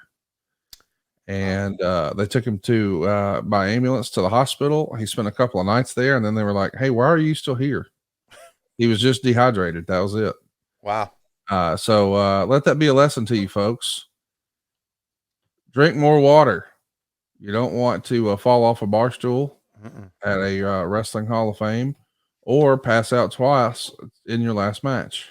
You know, be sure to drink some water. Oh, let's listen to this now. I put the whole show on, you know that, don't you? Oh. Now, I tell you what, I enjoy Thunder so much that I'm going to book you in a match tonight. You and Billy Kidman, Viagra on the pole match. You think you're cute, kid? Huh? What kind of... You think you're Calm down. You're not going to have any problem getting up to this match tonight, okay? You hear what you're saying? I heard it too. You're lucky you didn't really piss him off. Yeah, you get it out of here. Jared for you, man. Then I heard about some of the boys told me. So Shane Douglas and Tori Wilson have just been informed that Ernest the Cat Miller is giving them a Viagra on a pole match tonight. And she looked at Shane and said, "You'll have no problem getting up for your match tonight." Yeah. Do you think, I was just thinking about this when they're talking about Viagra on a pole match. Let's take a timeout, Tony. All right. Let's do it at 102.50. All right. And then we'll come back and we'll listen to this promo. But they took a break, and we did too, very briefly, to remind you about ProWrestlingCrate.com. This episode is, in fact, brought to you by ProWrestlingCrate.com. These are monthly mystery crates for diehard wrestling fans. And if you're looking for exclusive wrestling collectibles every month, sign up for them at ProWrestlingCrate.com. Boxes ship worldwide and include brand new merchandise from AEW wrestlers and WWE legends. Every premium box includes 2 shirts, 1 micro brawler figure, 1 autographed 8x10, 1 lapel pin, and more.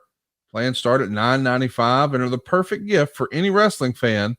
Visit ProWrestlingCrate.com today. Let's get back to the program here. We're at 102.50. I'll count us in. We'll listen to this promo, and then we'll catch up with Tony in 3, 2, 1, play. New, but we're not dumb. What you did tonight is a bunch of crap.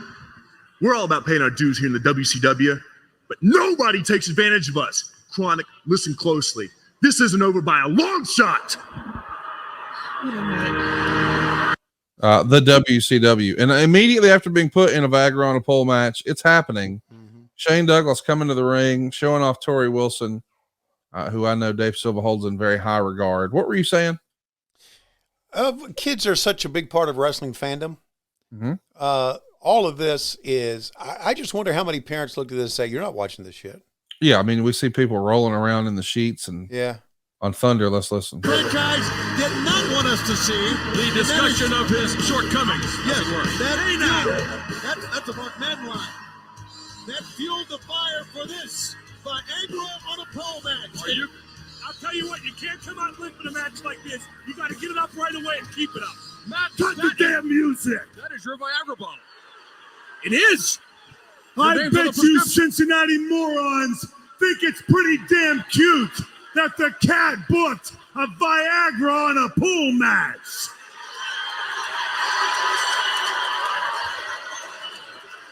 Well, I don't blame the commissioner.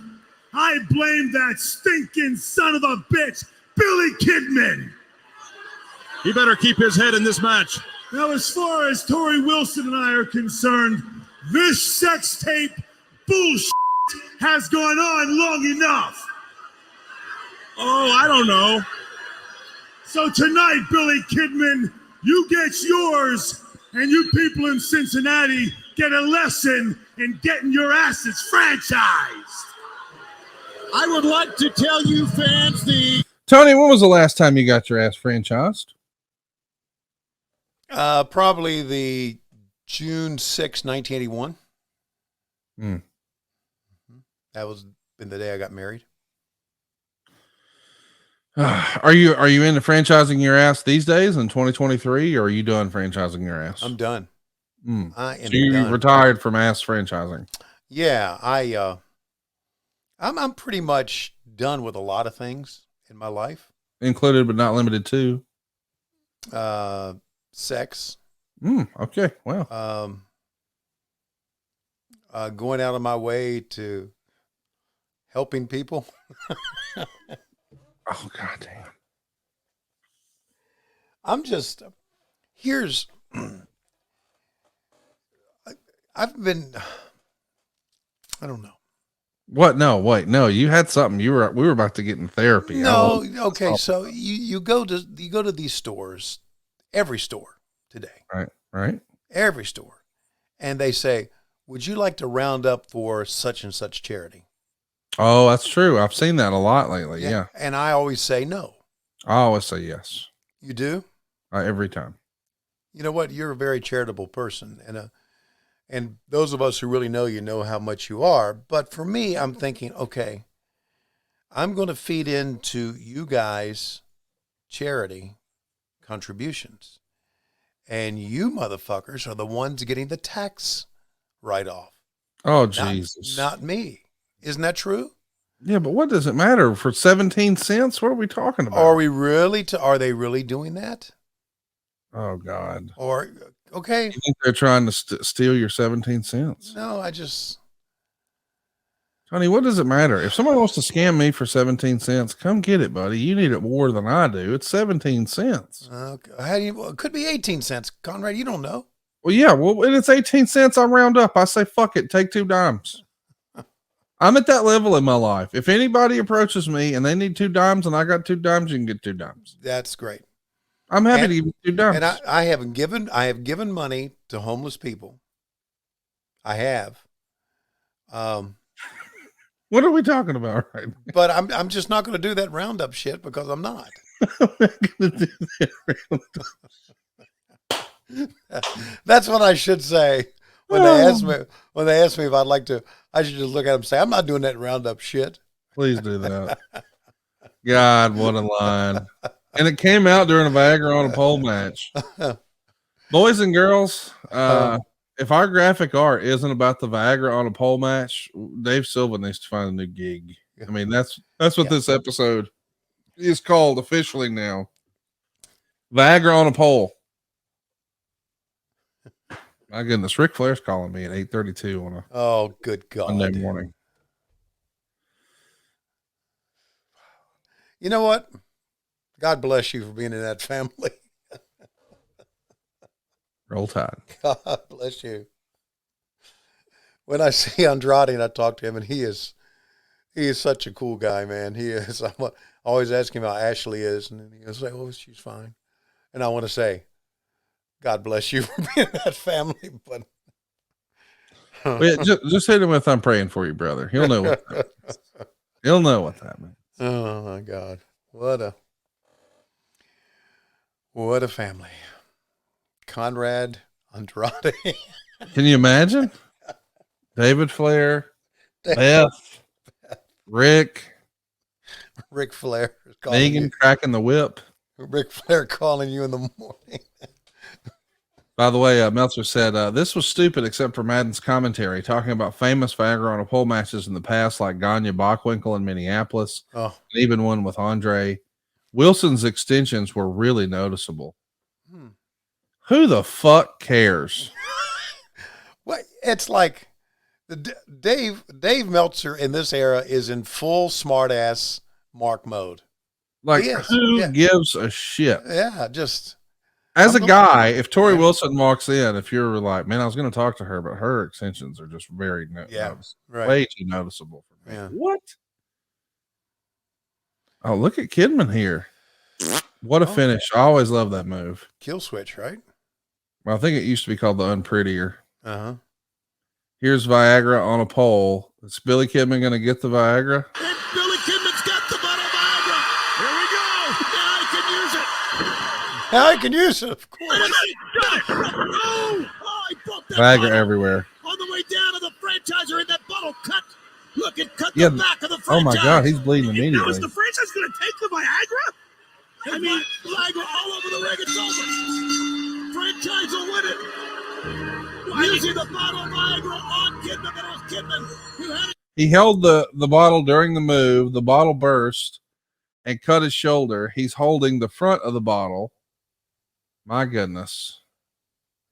What did we just watch? Yeah, we just watched a mess, is what we did.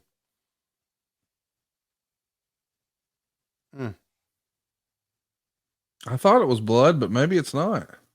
Maybe it's just the bottle is red. Maybe you were looking at Yeah. There was a shard there. Yeah, right. When was the last time you had a shard? Wow. Good shard. I got a shard in the foot one time. Really? Yeah, something dropped in the kitchen, and we got hardwood floors, and boom, everywhere, and I stepped on it. There's one. There's one sign over there. Just put it up. You suck. That person right there is a Twitter troll before his time. How about all the Viagra that they stuffed in Billy Kidman's mouth and he's spitting it out? And here we go. We're getting ready backstage. Here's Major Guns applying makeup. Match, a women's hardcore match. Oh my God. Yeah, Stacy Keebler's getting set, and we should take a timeout at 11:25. This will be our last one, and of course, we're talking about AG1.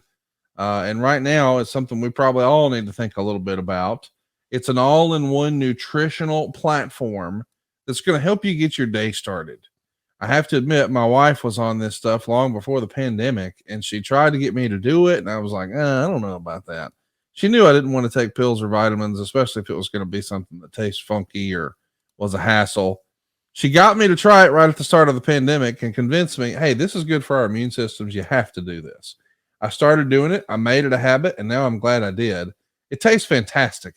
Seriously, I had an expectation, especially when you see the color, because AG1 is athletic greens. And I was like, you want me to drink this green stuff? Man, felt good. Tasted good. Checked all my boxes.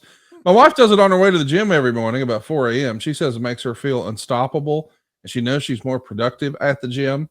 Now, for me, I feel like I can focus more at work. I feel like I have more mental clarity. I don't have that afternoon crash anymore that I did before.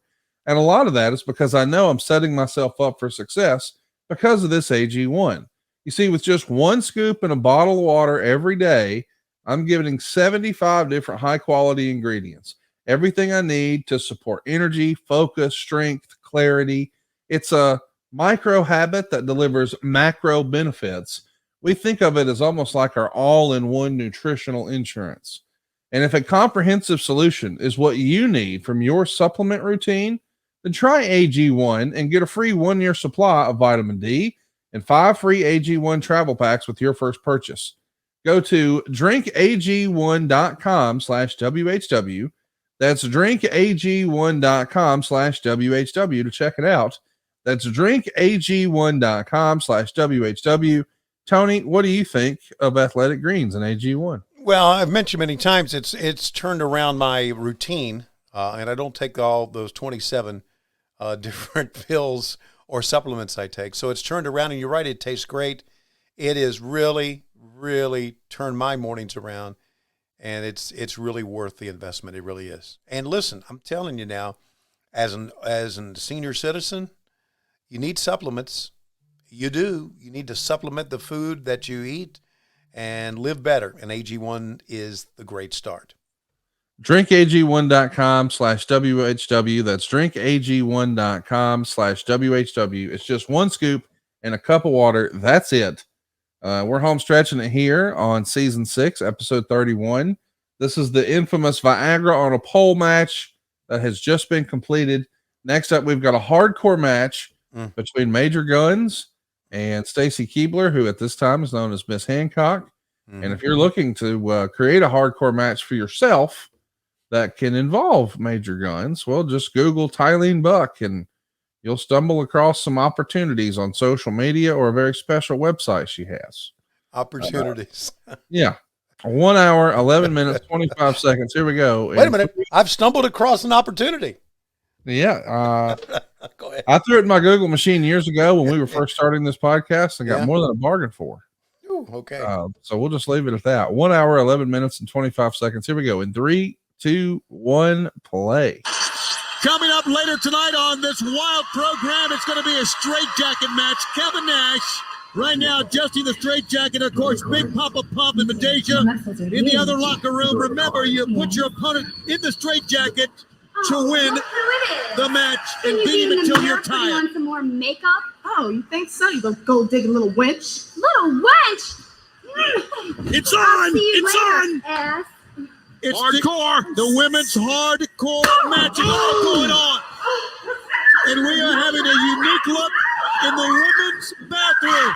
See, this is unfair. Major Guns, to my knowledge, has extensive hardcore experience. Well, she is taking the advantage of Miss Hancock. The ladies are in the shower.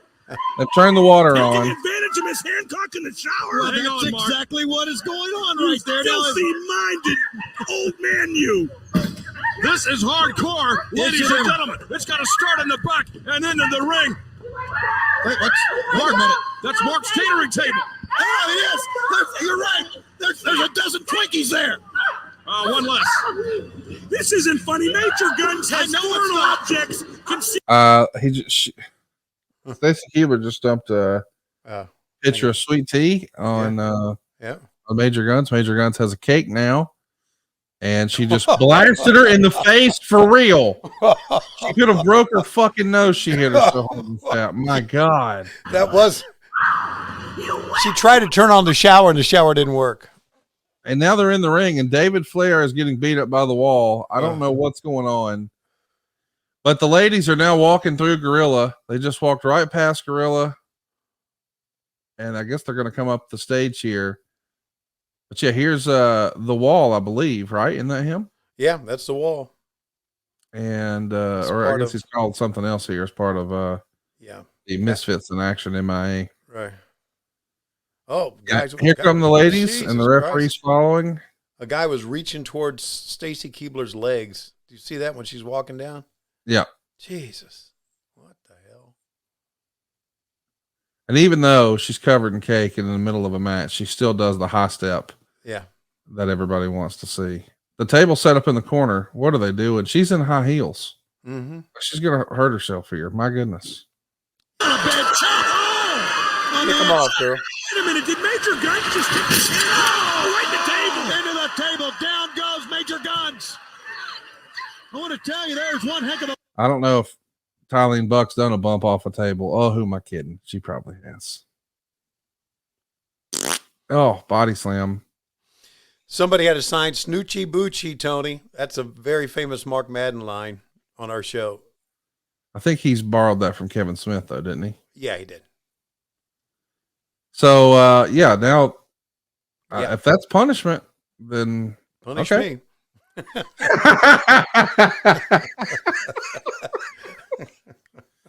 Yeah, the top is now off, and we're down to the bra here, and here comes the wall, and he's stalking after Stacy Keibler, who's trying to make her exit, and she does. As only Stacy Keibler could do. Yes. Mm-hmm.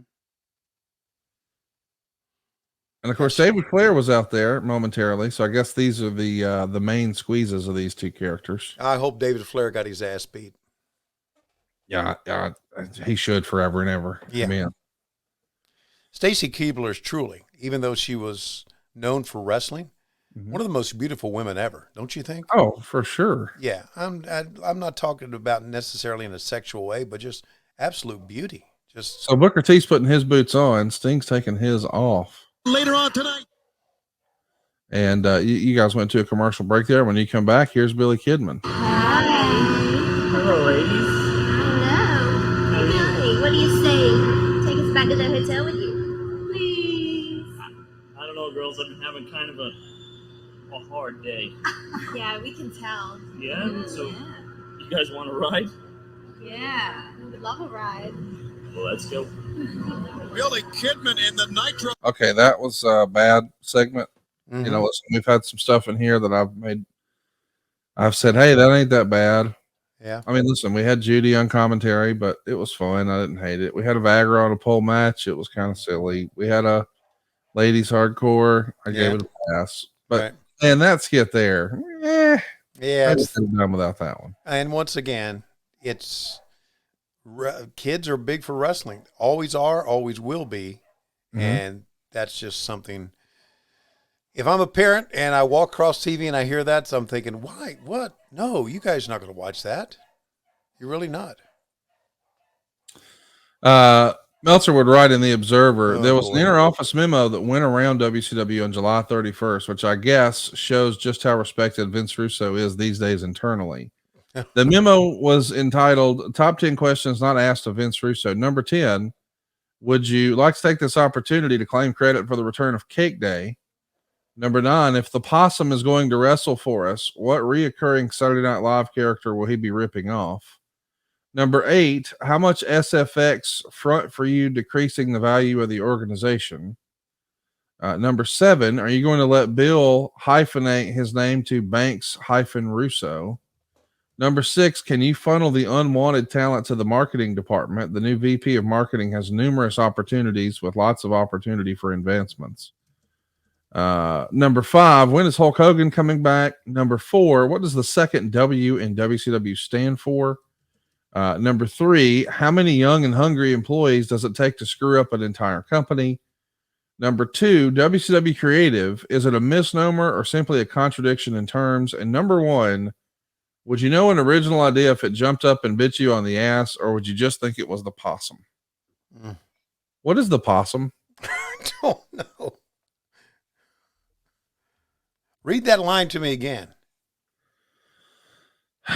WCW, no, would you know an original idea if it jumped up and bit you on the ass, or would you just think it was the possum? Well, let's see. Possum is playing dead.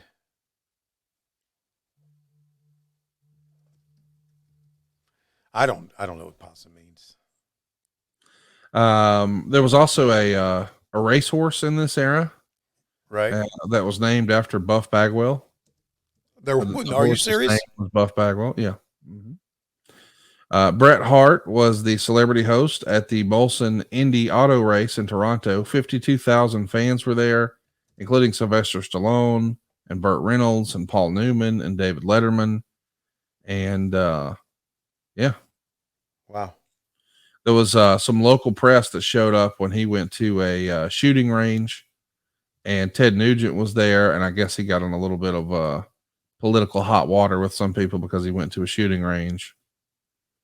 Matt Williams, who was the director of research for WCW, left for another job with inside the Turner organization. Quote, Meltzer just finished a study of wrestling fans, or Williams just finished a study of wrestling fans, which apparently showed what went against much of the conventional wisdom within the organization of what people tune into wrestling for. The research showed that the reason fans aren't watching the show, and the main complaint amongst those who are, is the lack of emphasis on the wrestling and too much time devoted to soap opera and non-wrestling related antics on TV. Right. As you can imagine, the results of the study buried him because in its own way concludes that the emphasis of those running things may be all wrong, and it makes the job of the wrestler's ability to perform more important than the creative end, which is something those in power simply don't want to hear. You remember him, Matt Williams? Yeah, for some reason that name does ring a bell. I remember at one time Bill Shaw had said that when it comes to studies, or that Turner will pay whatever money you need. It doesn't matter. They just want they want data. Right. They want studies. And so that name does ring a bell. We during this time we went through so much shit. And I've told you the time about that one guy who was now head of Turner brought us in and thought that the only way to save the company was have a match at Times Square. Yeah. Yeah. And it's like we look at each other and like, we're done. Looked at Bill Bush, said we are done. Do you remember this line? There were Turner accountants at TV last week trying to figure out ways to cut costs. Do you remember accountants being at a show saying, hey, we could cut this, we could cut that? If they were, I wasn't introduced to them, but I knew that they were trying to cut costs. Here's a way to cut costs. If you want to cut costs at Turner from WCW, don't fly your fucking accountants out. Because what are they going to do? Yeah. Jesus. How stupid is that? Just look at the numbers. Oh, we've got to cut here, got here, cut here. Don't say they just wanted a free trip to watch wrestling. How stupid is that? We should also mention there's a lot of injuries going on, and maybe there's some skepticism about some of these. Evan Courageous dislocates his ankle, so he's going to miss some time. Kevin Nash is going to miss some shows, but not because of an injury. He was actually filming an episode for a WB TV show. Bill Goldberg has suffered a shoulder separation in his match with Booker T a week before. And it's said that he had it pop back in, but there was more skepticism than usual on this one, since Goldberg's dressing room rep is so bad because he doesn't fully understand the business, but he understands enough the part about a lot of the other wrestlers on top being jealous of him, and that management makes a lot of mistakes based on wrestler suggestions, where he's overly cautious about his own career. And at this point, he doesn't want to lose or sell very much. And he even doesn't show up to the opening or an appearance that was advertised at the Nitro Grill. And instead, WCW has to get Lance Storm and Mike Awesome to be last minute replacements. One of the worst things you can do is do a no-show. It's one of the worst things you can do. Ric Flair is scheduled for an October return. And it's written in the Observer, he's excited because it'll be the first time in more than a year that he's been able to train his chest and shoulders hard. And he's trying to get back in there at 52 years old. And Brad Siegel has basically made it known he doesn't want him back in the ring, but Vince Russo does. Do you remember there being a debate about, hey, we got to, I mean, in this era, hey, that's it, guys, no more. Yeah, of course. I remember all that. That happened so much. Look at Rick Steiner get involved in this. Rick Steiner will not be involved at WrestleCon that you'll be going to next weekend. He won't? No. Big controversy about that. Really? I guess there was a circumstance or a situation with him and Giselle Shaw at WrestleMania in LA this past year at WrestleCon, where he was pretty rude and out of line, and some of his comments he was making loudly. And I guess that was the end of that appearance. And then, as I understand it, a promoter booked a table for the WrestleCon that's happening at SummerSlam, and there's a lot of online outrage about that. Like, hey, didn't we learn from this in April? And in the end, they canceled it. So Rick Steiner's out now. No WrestleCon in Detroit. So he's been canceled basically for his comments. Rick Steiner is canceled. Yes. Oh man. So who do you have who do you have words with? Who was it? Giselle Shaw? Giselle Shaw. She's with Impact, and she's transgender. Oh, and I guess that was something that Rick took great issue with, and it became a hot button topic amongst wrestling fans for sure. Shame to hear that on many levels. It is a shame to hear that. I feel bad for Giselle and obviously Braun Breaker. I mean, wrestling's supposed to be fun. Conventions are supposed to be fun. You're supposed to be able to go and have a good time and, leave your troubles before you get on the plane or back at home before you jump in the car or what have you. Have you seen these signs? Goldberg, stop suing Napster. Oh. Did you see that sign? Scott Hudson, the next Nitro girl. And there was the other one that I missed was pretty funny as well. Kathy Dingman, who was supposed to play the role of Papaya, she was BB in the WWF, is already done here in WCW, according to Dave Meltzer. WCW sources claim that her fiance, Bob Howard, who we know as Hardcore Holly, didn't want her taking the job. Meanwhile, Nora Greenwald, who we know as Mona or Miss Madness, she's also released here. And Bobby Heenan has been taken off the road. His sole duties in WCW now will be doing studio voiceovers for Worldwide. Isn't that crazy to think? No more Bobby Heenan. Yeah, I'm trying to think why that happened. And I don't remember why that happened. Heenan had just moved to Atlanta too. Right. So that was that was good for him that he could just go to the studio and back and, really, if he wanted to be off the road. And I'm going to be honest with you, I can't remember why he was taken off the road. I know eventually he was fired. Now, that's a story that I've rehashed many, many times, how I mishandled that. But I don't know why he was taken off the road. I don't know. Listen, I like Madden, and I liked Hudson, but it wasn't the same, was it, without Heenan? Right. It wasn't. So I don't know why that happened. I don't know who made that decision. I don't know if Russo made it or Bill Bush made it or Brad Siegel, who, as we've now come to find out through Nitro, the Nitro book, was a shyster. Don't know. So Booker T is climbing into the ring here. Sting is here as well. They're going to get a lot accomplished here in these last 9 minutes of this Nitro. Mm-hmm. Let's talk about some other news and notes that were in the Observer here. Booker T's knee is a lot worse than it's being led on, stemming from a spot where he leapfrogged a Goldberg spear, but Goldberg still clipped him running through a few weeks ago. The first of the two matches on July 24th was totally botched up. Goldberg was supposed to dominate, but the match was supposed to go considerably longer. The segment was booked for 10 to 11 minutes, but it only went 2 minutes and 41 seconds. And the finish was supposed to be a lot more dramatic, with the ref continually asking Booker if he'd submit, but he'd keep refusing until Stevie Ray would throw the towel in.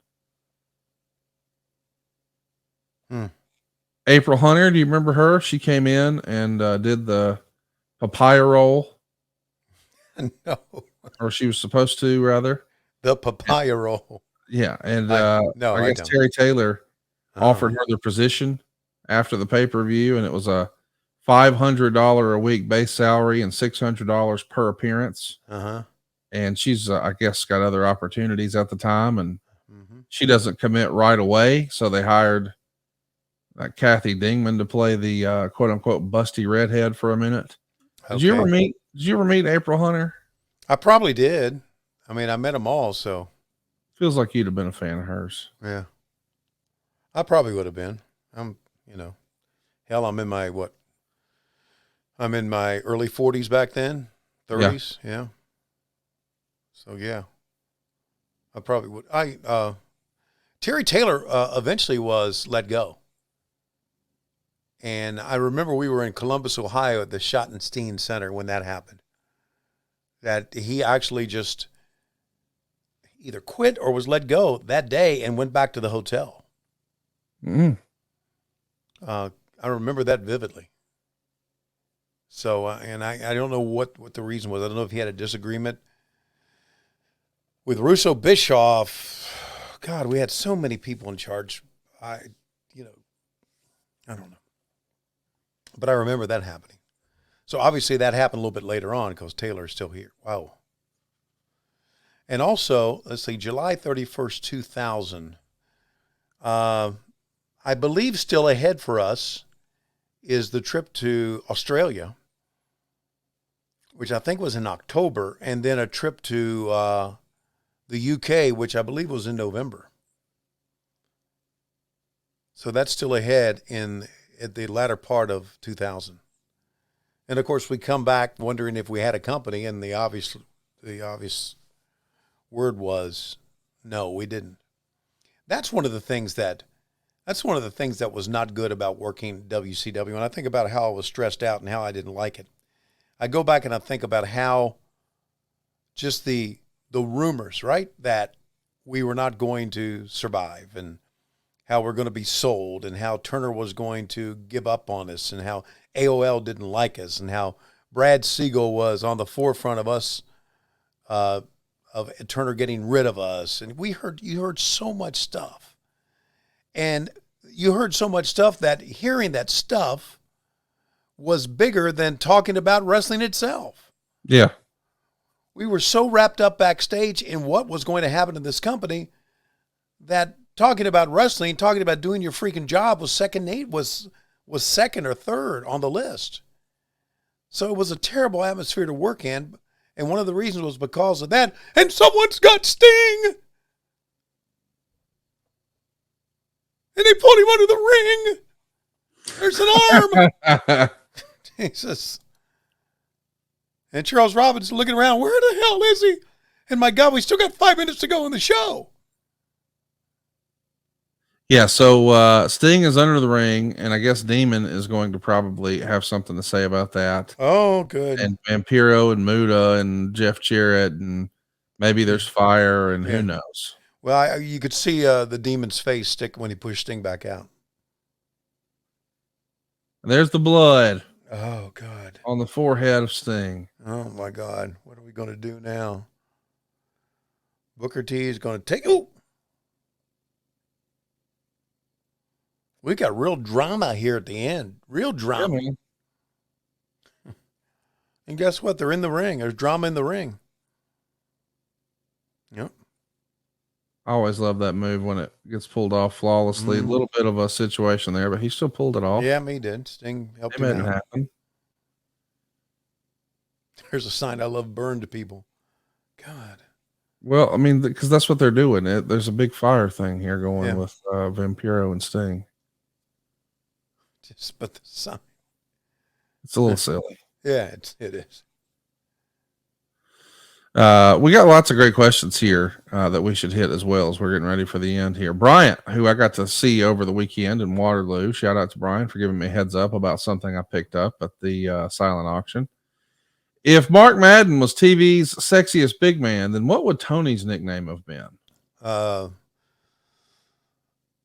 Dumpy voice. Oh, okay. Dumpy voice. And now it's the dumpy voice of your childhood. And so here we go. We've got Sting looking under the ring now. And look, out comes Demon. Let's track the finish here.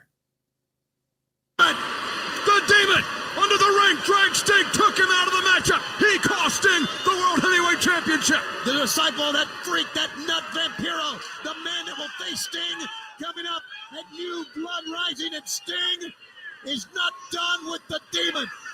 The man who used to be Dale Torborg, used to be a man. And speaking of the freak, here he comes. Hey, the brothers in pain, get it right. Yeah, as Mike today said, the freaks in pain is what they are. Sting just can't get Vampiro to go away.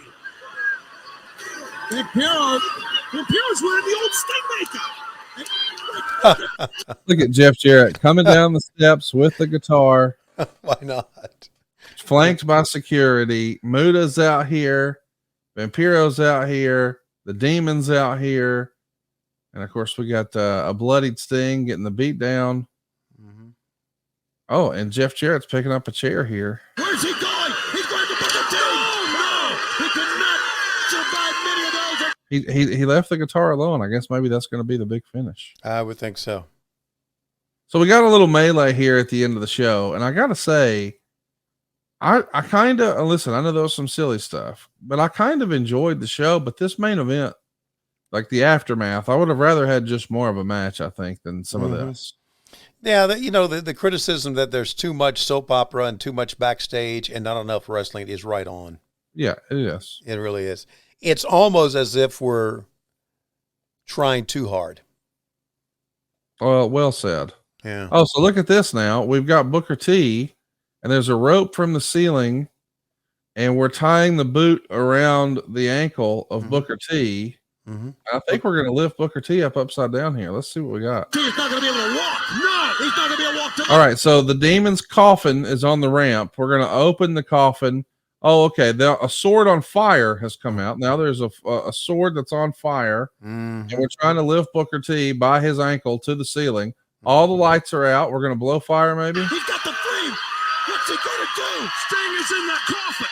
Booker T is hanging. Oh, the coffin. Sting's in the coffin. We lit it on fire and immediately started spraying the fire extinguisher. And now Booker T is hanging. He's kind of not all the way in the air, but hey, that's enough for Jeff Jarrett to start winding up the old guitar. Right on the knee. So there's that injured knee that we've been talking about that got clipped by Goldberg. Now we get the balsa wood guitar. This finish is less than. It was a decent show. I can't believe I'm saying that about the Viagra on a pole show. But that finish, like, what are we doing with fire? And I don't know. I don't know either. Again, you say it's a decent show. It's a decent show because there were some good things with it. But wrestling wasn't a part of it. Some interesting things. And seeing Stacy Keibler was worth the payoff there. So, yeah. But,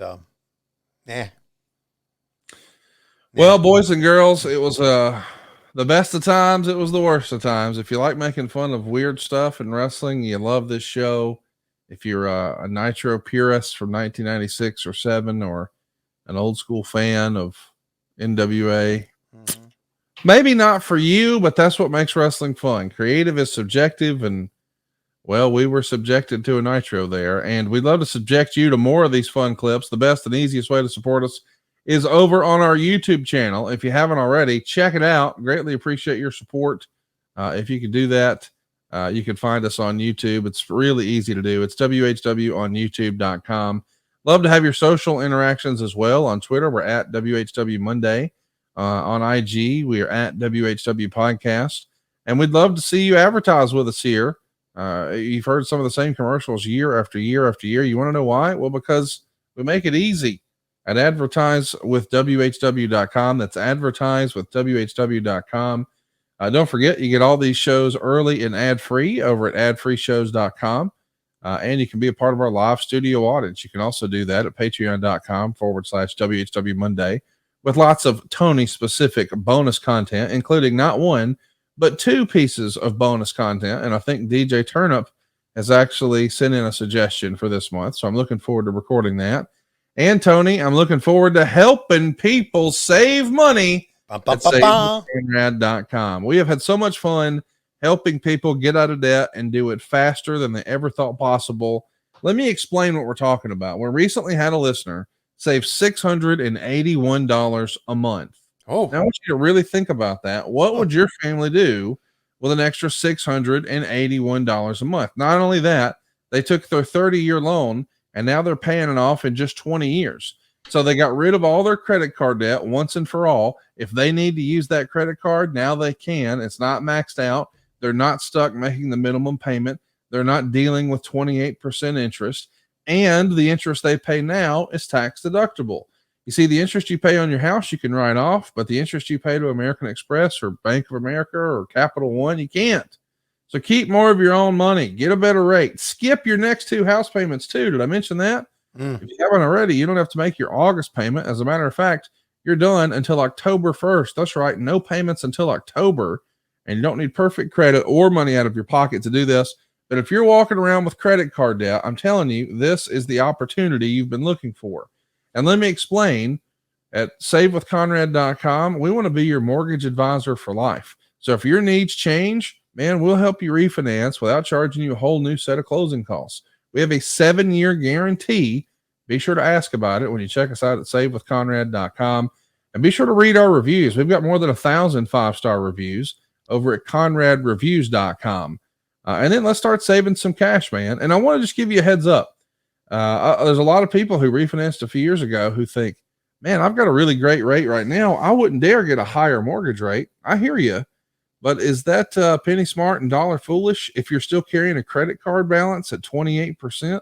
Let's run the numbers, see what makes sense mathematically, and get you out of debt faster with cheaper monthly payments at SaveWithConrad.com. $681 a month, Tony. That's a lot of money he saved. Boy, anybody would go for that. Absolutely. Yeah.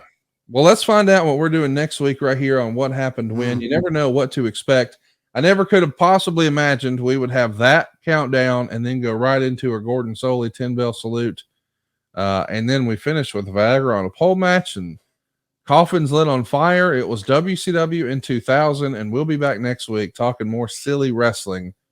Because, Tony, right now it looks like it's about that time. And I would like to right now finish up with what I was saying, and we kind of talked over because it is a Hall of Fame. It's a Hall of Fame day celebrating Conrad Thompson. But let me say this, that the coffin's on fire! The coffin's on fire! The coffin's on fire! And we, in WCW, back on July 31st, 2000, were desperately out of time. See you next. The coffin's on fire. The coffin's on fire. The coffin's on fire. Shoot me in the head with a gun. See you next week on What Happened When. We come to you each and every Mondays only on Patron, but Wednesdays, I did that in order because I was so excited about the coffin being on fire. We come to you Wednesdays on Cumulus, but Mondays we come to you exclusively on Patron, patreon.com/WHW Monday, and of course, adfreeshows.com. Hey guys, Double J, Jeff Jarrett. Need to call a timeout real quick here. I wanted to tell your listeners what I've been telling my world listeners for a while now. It's about all the incredible things happening over on adfreeshows.com.